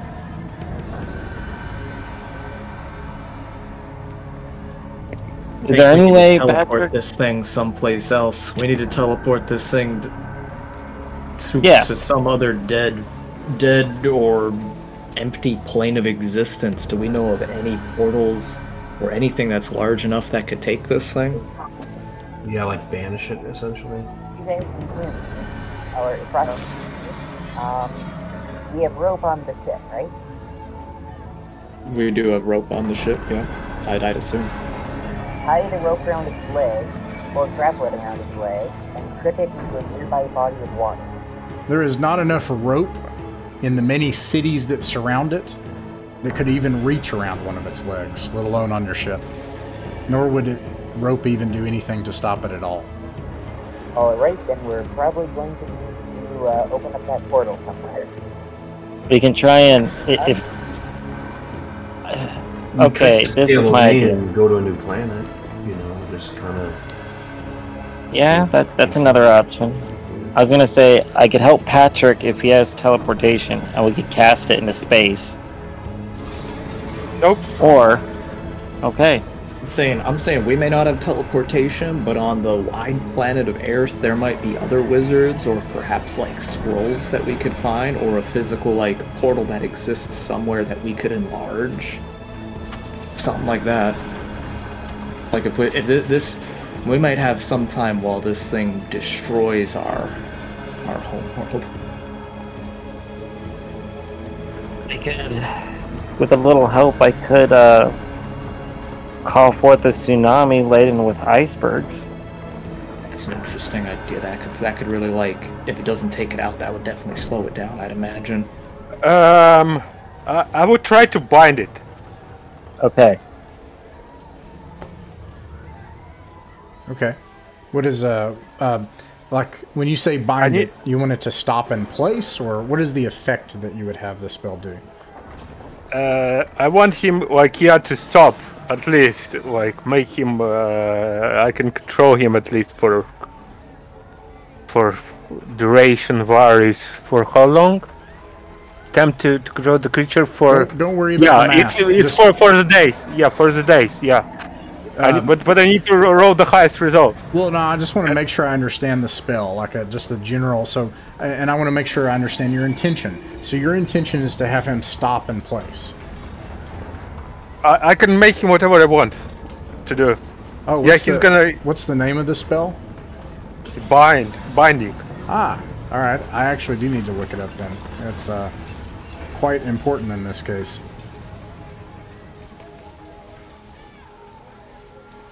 Come on. I will use all my luck to succeed, of course. Oh, goodness gracious, this stupid thing. I will control him. Bind is Binding. Binding. It's level 2 spell. I don't want you to do something and then it not. I don't see it in here. Is it a cleric spell or something? Yeah, it is. Oh. I didn't know you could do cleric spells.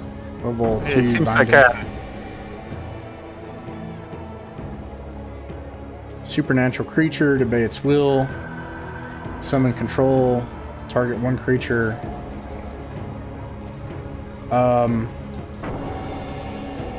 This spell is not powerful enough. It's used it's used for things like familiars and demons, and if something is summoned, you can bind that thing to yourself instead. But this is a thing of its own. Ah, okay. It just says with this spell, the cleric binds a supernatural creature. I will say it may be possible that the solution to this will not be on your character sheet or in your grimoire. It's possible. I don't know. I mean, you might have a solution, but I will say that spell will not be powerful enough. Okay, fine. I wonder if it has anything to do with the opposing aligned spears that we have, or whether we could use them together to do something helpful enough to this creature. Clip is dead, but let's see, the spirit of Clip has questions. So, it has no head, I think. Is that the idea, that it's merely a mindless body? That's right. So one thought I was having is, what if one or more of us can substitute ourselves as its brain or its head? It's like a mindless automaton, right? So maybe if we can fly or land up where its head is, maybe there's some ganglion or something like that we can grab with. Again, the spirit of Clip. That's a really good idea. Who would risk doing that?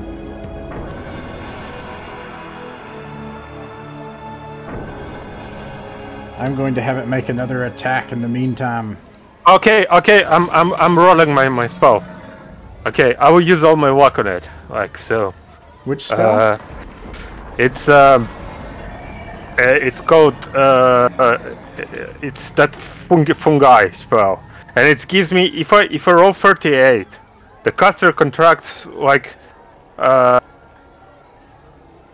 gray, like my city's frax, the great sleeping growths that lurks beneath the soil. This titanic entity's single fungus is stretched for hundreds leagues under the earth. Yeah, I like it. So you're gonna summon a mushroom titan. Yeah. Okay. Yeah, do that. So it says it can serve as a patron if caster knows the proper spell, and rewards its servant with utterly alien but useful and fearsome powers. Okay. For the judge choosing. Just roll a d20. You gotta get the max result, and you can burn if depending on how high you get and everything. I'll use all my luck to do it. We'll see how it goes. Just roll a d20, yeah. Or 24, or whatever your die is,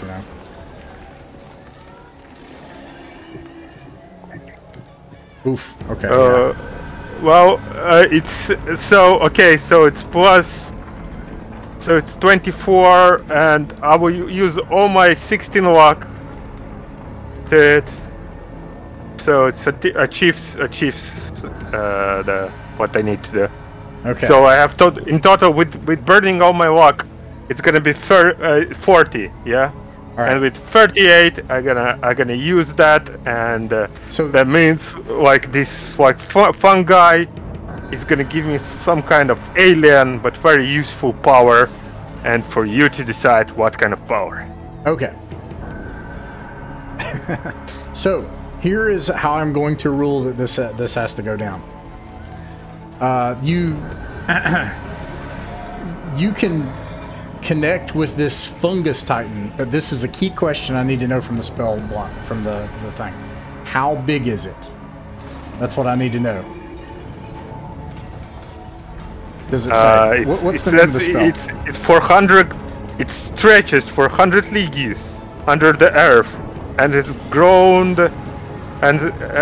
grown sentient. Yeah, so it's like Okay. yeah. All right. So this is what happens then. For several rounds, like this thing stretches under the earth and then it comes up. It's not as large as this Titan, which goes all the way up to the clouds. You know, like probably 5,000 feet tall, really, because it's where the cloud layer is. And but you're maybe half that size or so, and you have to fuse with it, and it's like a mecha battle, but you're like in a mushroom mech battle. You know, you got like a mushroom. You're holding it in place, and you're taking the blows from it. So you've got this thing's attention. It's not moving on. It's not attacking other players. This will allow the other players to come up with a plan to figure out how to end this thing. But by the way, it also has sorry for interruption, just because it's very essential.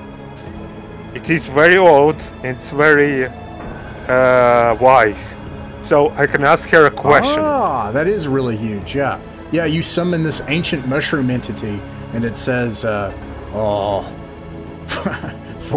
what have I been awakened? It thinks this is all terribly boring. This has happened like 1,000 times to it. Yeah.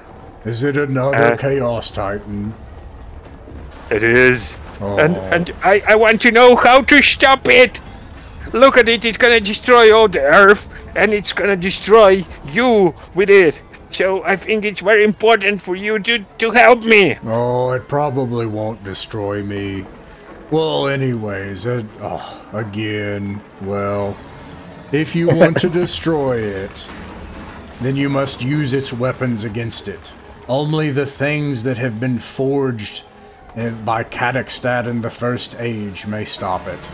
No spell, no blade, no magic, no hero can stop it. Only the things found within the Temple of Starless. Oh, what kind of thing? Just, you know... There are powerful and magic weapons that were placed there in the First Age. They were kept there in the Second Age by the Second Sons. They are actually weapons that are intended for this Titan. If you use them poorly and fail to strike with them, the Titan will seize them and it will become a weapon of its own use. Okay, just tell me where they are, and we're gonna try to use them. In the shattered Temple of Starless, you must find them there. That's where we just were, right? Like where we fought the brain and killed it. Yep, that's the Temple of Starless, yes. Like all those rusty weapons. Oh, okay. So, and where? How does it look? What should we be looking for? Let's just go back to the temple and search through it while the world is dying around us, I suppose. Can we do that? And we use whatever magics we have to get down to the temple? Yeah, you have a ship. It's not destroyed yet, so you guys can fly back. So here's the downside to flying back. Meanwhile, Patrick, in your mushroom mech, you are the one that will have to hold this thing off long enough, and I'm going to give it 3 rounds. Okay, fine. Very well. So the ship jets back to the Temple of Starless, and you're trying to hold back this Titan. Let's see here. It's going to do... You have to survive for 3 rounds.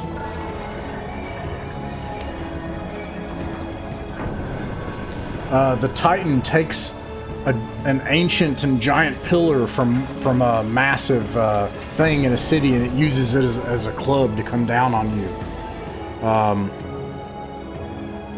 Make a reflex save. Just a moment.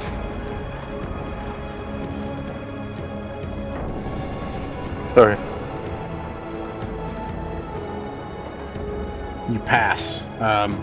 In your mushroom mech, you're able to dodge out of the way, but some of the mushrooms, like the fungus that spreads among the ground, it billows up in a cloud of debris and smoke, and motes of entire Earth fly up into the air. It's going to try to attack you again.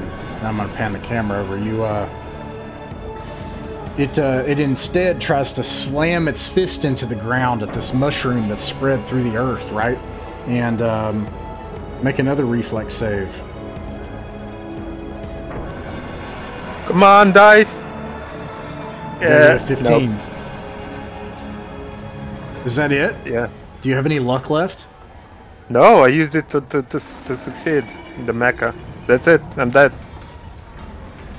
Sorry. It says you must pass a DC 15 reflex save to dodge aside or be instantly slain. Yeah.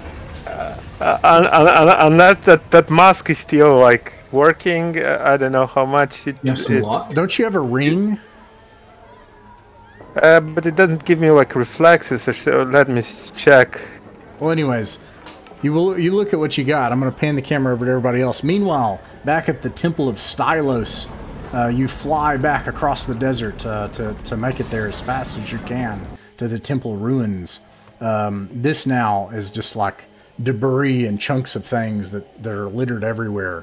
How will you find these items? I'm pretty sure dwarves can sense valuable items from 100 feet away, so Grimble will be literally following his gear. Okay, no problem. Let's see here. Nipper dog Grimble.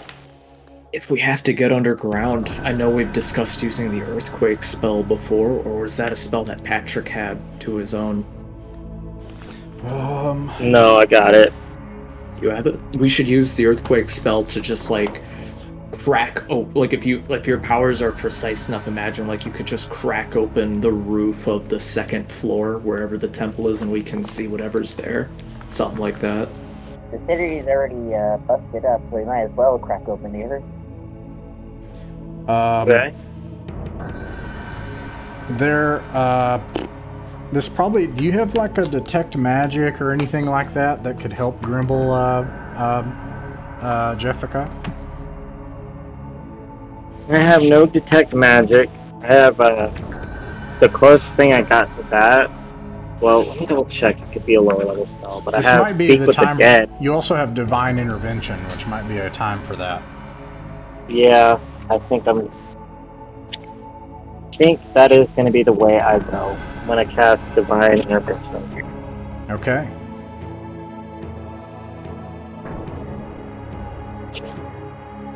Yeah, alright. Wait. Right, yeah, I got a 25, so I'm just asking Ozzy Dahaka for his assistance in looking for these weapons that could help destroy this this Chaos Titan that is taking our jobs and destroying Earth in a much more quicker fashion than we'd like. Or more. Yeah, you make a plea to Ozzy Dahaka in the desert that was once his, and all of the skeletons of all the reptiles and snakes that have died here in ages past burble up from the earth, and they start to shift away the sand in places. It reveals two things. One is a place of altars. You can tell in these altars that it is possible for you to perish in trying to obtain the weapons that you need. The other place that is revealed as like the skeletons move away the sand are piles of those red gems. Thousands of them.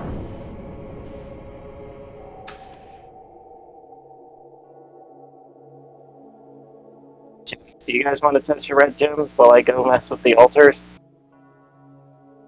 Well, we know what the red gems do, but I think what we could do with those, we could put them onto the boat. We can our flying ship, or we could drop it. Yeah, drop it on the thing from above.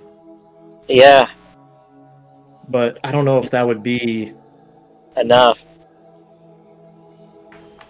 Well, I mean, we can load them in and then go to the altars and see if there's anything else that we can pick up before departing. Have our surviving crew.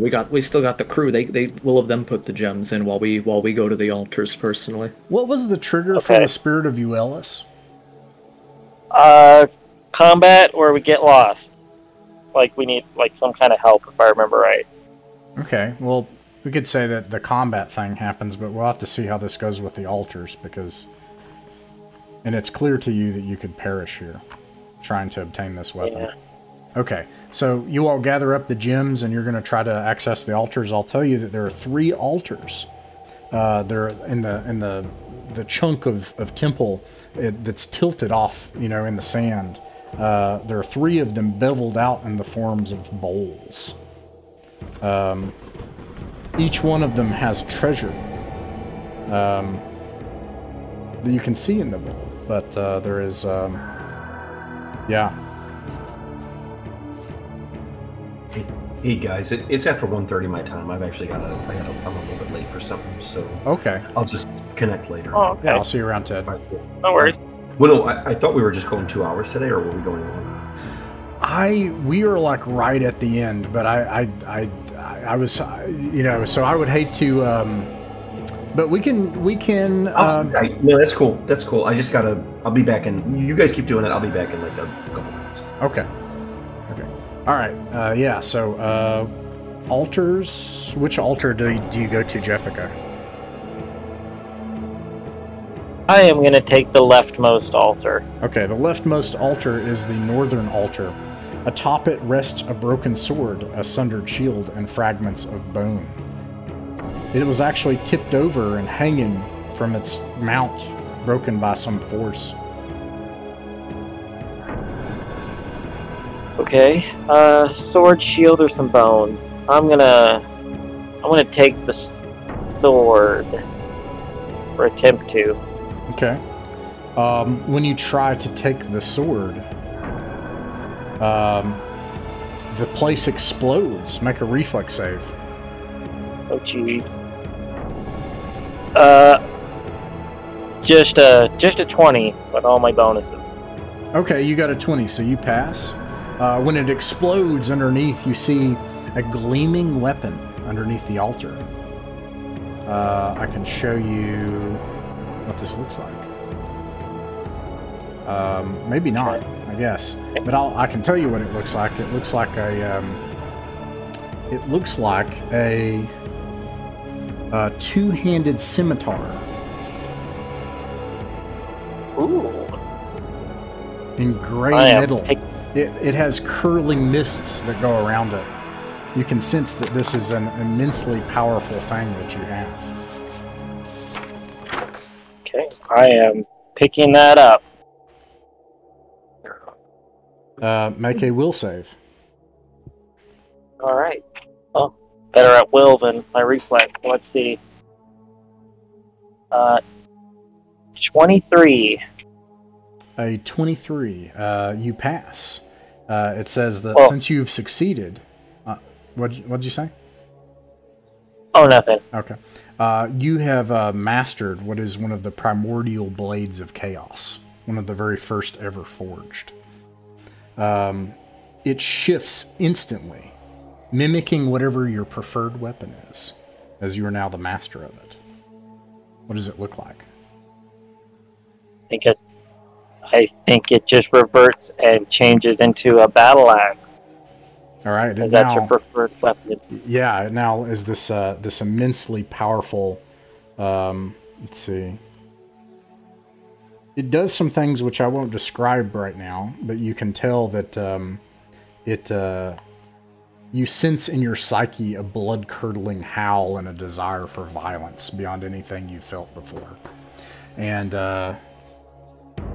Do you want to check the other altars, or do you want to go with what you have? Check another altar. Every time the you one check, on I will Aeon tell you that there's on a... Oh, wait, you add one? You want to... Well, you guys are gathering the gems, right? Grimble and Adwin? Oh, And, we have the crew with the ship. The crew would be gathering it for us, right? Okay, sure. All right, yeah, they gather it. I'm Okay. willing to take the bones if no one minds, but What'd you say, Tanner? well, there's along with the other items, there's a pile of bones, isn't there? No, the bones of all of the snakes and amphibians came forth from the sand and then revealed these things and then went back in the sand. All right. There are 2 other altars, which you can check if you want, but... I'm gonna take the one on the right. I'm gonna go to the one on the right, because if Okay. Chaos was on the left, maybe Law is on the right. All right. In that case, we'll go to the center one. All right, I'll start with Grimble. Atop this altar, Grimble, are 2 bejeweled signet rings, a cracked skull, and a handful of silver pieces.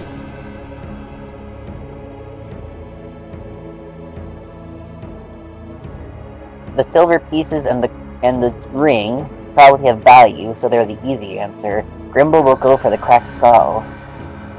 All right.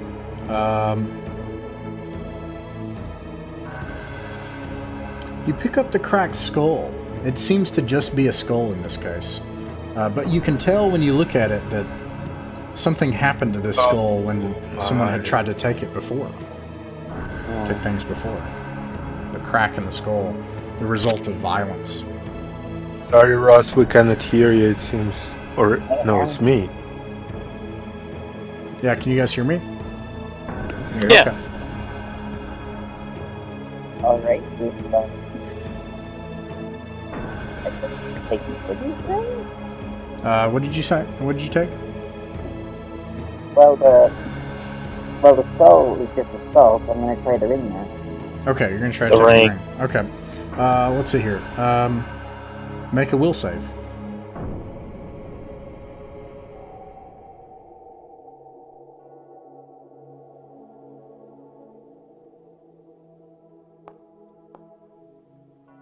All right. 17.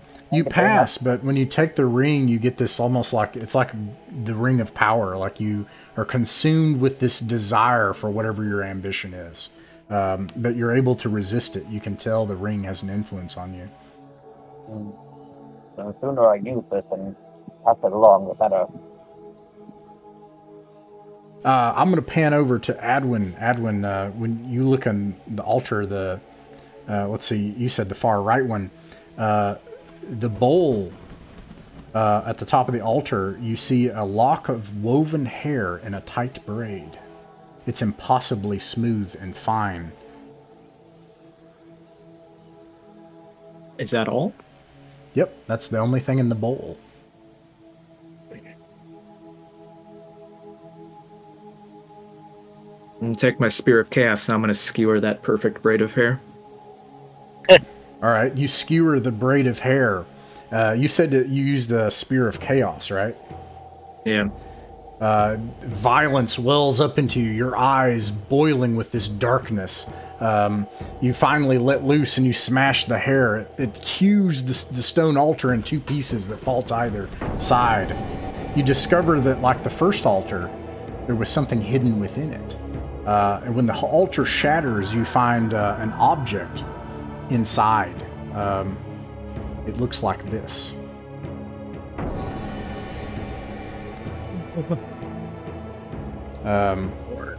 And there's a horn inside, seemingly carved from a single black ruby, faceted horn bound in gold and silver with a knotted cord. You see that when you cut the hair of the thing, that it was connected to this thing underneath it, and the whole thing gives off a strange predatory aura. This demon comes out when you cut her hair, and she says, once again, well, I will offer you my demonic armies, but in order to do so, you must sacrifice a soul to chaos. One of your friends, of course.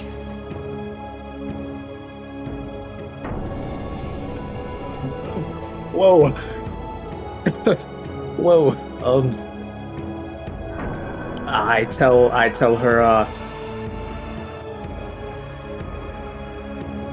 demonic being, creature, harlot, I will give you my soul, but I will pass it to you only after your armies have done their deed. Is this acceptable? It's so banal, but yes, I suppose so. You can summon armies from the depths of the abyss, then. And you can summon, if you blow the horn, I'm going to just simplify all these numbers down. It takes 7 soundings of 7 types of demons, and I'll give you 3d24 type 1 demons at your service, and you have lost your soul to chaos. She will swallow it at the end of the time that this deed is done. Now, Grimble, you have seen the 2 altars shattered and these powerful weapons of chaos spill forth.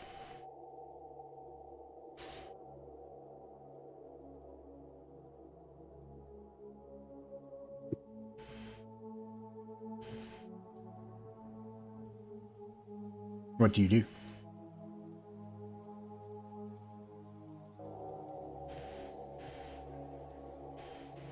Can you hear me? Muted, or mic doesn't work or something? I think we said, Justicia? What? Who did you call on? No, Grimble. Yep, yes. Ah, pardon me. Yeah, I thought you were referring to Justicia there for a sec. What does Grimble do? I don't know, because I don't know what to do with the rings. Use your beard, my friend. Where does your beard lead you? But didn't you roll a will save when you picked up the ring? I did a will save. Okay, I've got the ring of power now. I guess once he's got his demons, if he's got her battle axe, we go and face the big guy now, I guess. I think, I don't know. But what about beneath the altar in the center? If we have enough time, might as well smash check under that. there.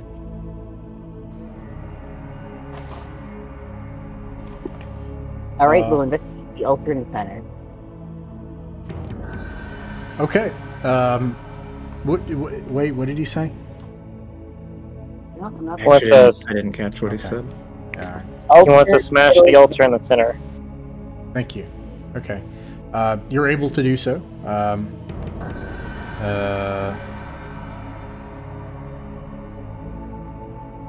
There is a shard of gray... Wait, no, I'm sorry. Let's see. You are on the center altar. On a moldy velvet pillow is a rod.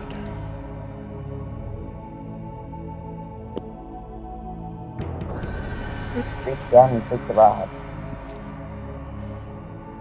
It's 3 feet in length with black marble scepter chased in silver, decorated with dark jewels. It radiates wickedness, and let's see here. You feel a dark majesty and power and ambition surround you when you touch it. Make a will save. Does the ring influence that at all? I can't hear you. Does the ring influence it at all? No. Does the ring influence it? Okay. Does the ring influence it at all? Yeah, make a will save. There we go. All right. 17. You pass. Will save.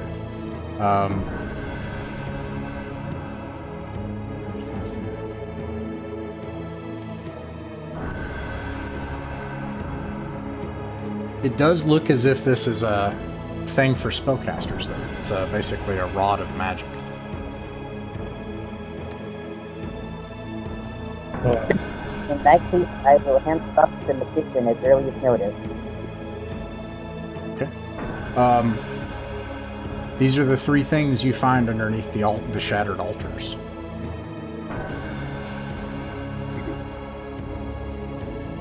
Man, okay. Jessica, I'm gonna make you the caller. What do we do next? I think the last thing to do is make sure all the shards are loaded up and fly back to the giant headless chaos type.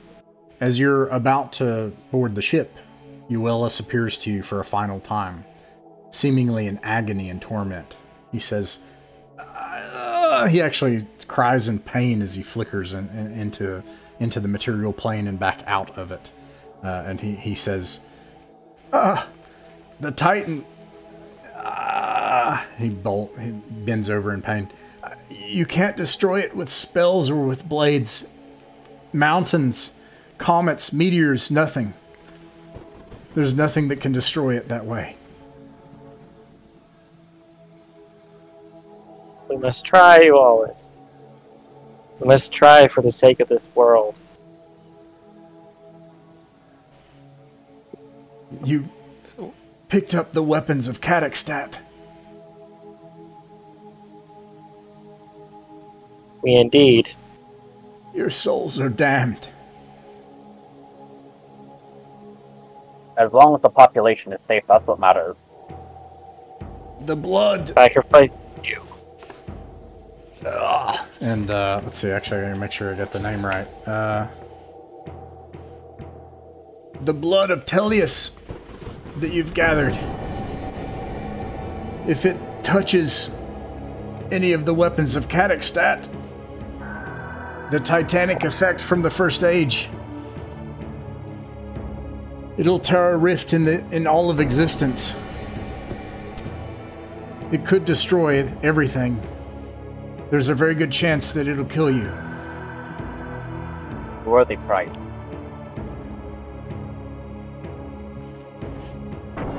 Apart from that, the Rod of Kazakhstan itself was the weapon that once fought the Titan.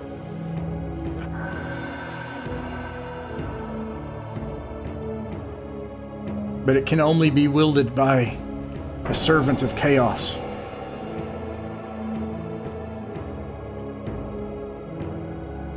Meanwhile, I'm going to pan over Patrick. What's the actually I had like +4 to reflexes and I had 2 luck left, so I'm gonna use it was 14 and I use 1 luck to succeed. All right. So, Patrick, Uellis warns you of a couple of options, but none without some sort of downside. And you arrive back to see Patrick beaten. The things of mushroom covering the earth nearly destroyed Patrick, almost dead. So you said you passed, just to make sure? Yeah. Okay. Because I actually forgot to add my reflex like to level 10, so it's +4. So and I had like 2 luck left. Yeah, sure. Alright, so you all arrive back. What do you do? If you don't act soon, he'll be able to act against Patrick again. I say we give the rod to a magician who can use it and start, Can anyone else hear him that can kind of trance? Because I can't. You're going to have to type it, I think, in Discord, because I can't hear you. Fine, I'll take care of it. What do you think, Jessica?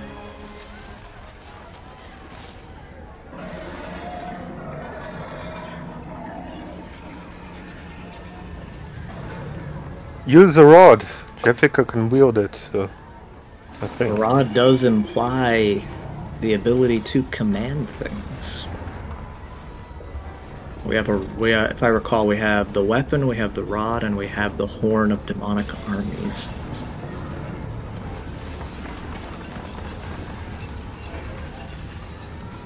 I will actually say that anyone can attempt to... No, it'll take a cleric. A cleric would have to use the rod, because it is actually a turn unholy check.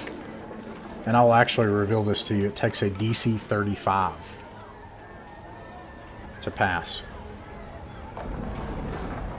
So, Jessica is a cleric, so like...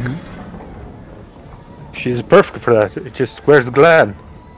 Glenn! Yeah, you muted or something? What's going on here? It would, meanwhile, a backup plan is probably worth discussing. What else do you all think? He has said that if you bring the blood of Teleus into contact, and you discover that's what these gems are. They're actually globules of the blood of a law titan. That's the effect that they had on the Chaos Champion. If you bring them into contact with any of the weapons of Cataxstat, it will tear a vortex in reality open. Possibly destroying everything. Maybe killing you. Who knows? But gosh, that's interesting. One thing I was thinking of is whether we would use bags of holding to throw it through to another dimension, a la 5e, a la D&D. But maybe this is a way to do it too. all right, Glenn is gone. So, are there any other ideas? Let's see. Adwin, you were the caller. I like the idea of causing a vortex to come out of him. I will take the other powerful items of chaos we have in one hand, or like to bundle them under me, and in the other hand I'll have a fistful of those gemstones, and we'll fly the ship overhead, and I'll leap off onto that gaping hole at the top of the Titan. And then I'll, at the last moment that I can, I'll smash together the blood and the weapons. Can I close that vortex with my close the word portal spell? Perhaps. Let's see. I won't do it as PvP, but we'll see what happens here. I'm going to see. First of all, let's look at what happens. No. I don't want to do the PvP. No, I understand. What I want to do is like when it sucks the stuff, like when it sucks the Titan, I'm gonna like close it straight away, you know, in order to not to like do a damage to the earth. I'm not doing the PvP. I mean, this is interesting. Is everybody on the ship? I reckon, yeah. Except Patrick. Patrick is not. He's in the mushroom. In the mushroom. All right. Yeah. So this is what happens. They steer the ship over toward the Titan and get close. And then what do you do with the objects? Got all the objects kind of separated in two bits, and I'm gonna jump overhead once I'm overhead, and at the last moment I'm gonna crush them together so they react. You jump off the ship? I guess so. How else am I gonna get close? Oh, that thing's so big, isn't it? I mean, can we break through the clouds and get above it? Mm-hmm. Sure, then yeah, I'm gonna jump out overhead. Okay.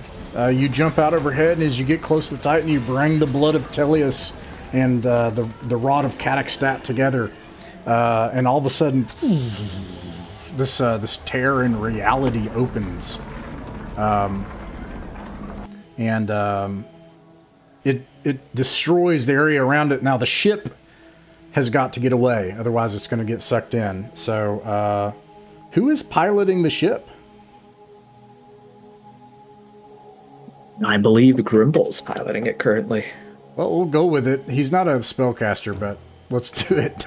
Let's do it. Grimble, you have got to pass a reflex save. You definitely don't want to roll a 1 or you are lost. Let's see here. Where's the... You pass. Nice.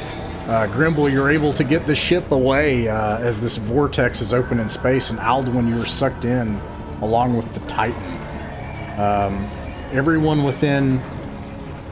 meanwhile, everyone else nearby, there's this catastrophic, explosion as Patrick, you shut this hole in reality. Everybody else can make another reflex save, including Jeffica and Grimble. Do I need to roll to shut it down? No. I would say I need to. No. Just wanna. Oh wait, Jeffica's not here. I'm gonna roll for Jeffica. I'm gonna roll just to theoretically. Okay, Jeffica passes. Grimble gets a 22, so you pass. So you're able to also avoid the damage as finally this this thing is sucked into this vortex.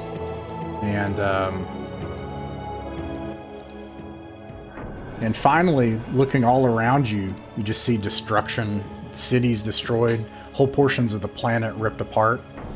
But you have destroyed the primordial chaos titan Cataxstat finally. Patrick, you survive, as well as Grimble and Jeffica. Everyone else has perished, Adwin and Clip. And you also still have the ship. What do you do? Is it able, like, does it still possible to live on this planet or not? Yeah. I mean, we're gonna, I guess Patrick will. Hey, that was I don't know, like, we barely made it, to be fair. Poor Edwin, and, well, but it seems we done it. I think we should concentrate on trying to revive this rock. Yeah, Grimble would want to, now that the items are gone and their influence gone, we definitely want to go around and start repairing the cities and landscapes. Okay. Yeah. So you begin to rebuild in the fourth age of Aerith, or perhaps the fourth age was prevented by you. But you returned again to slowly begin to rebuild. What does Jeffica do in the ensuing ages?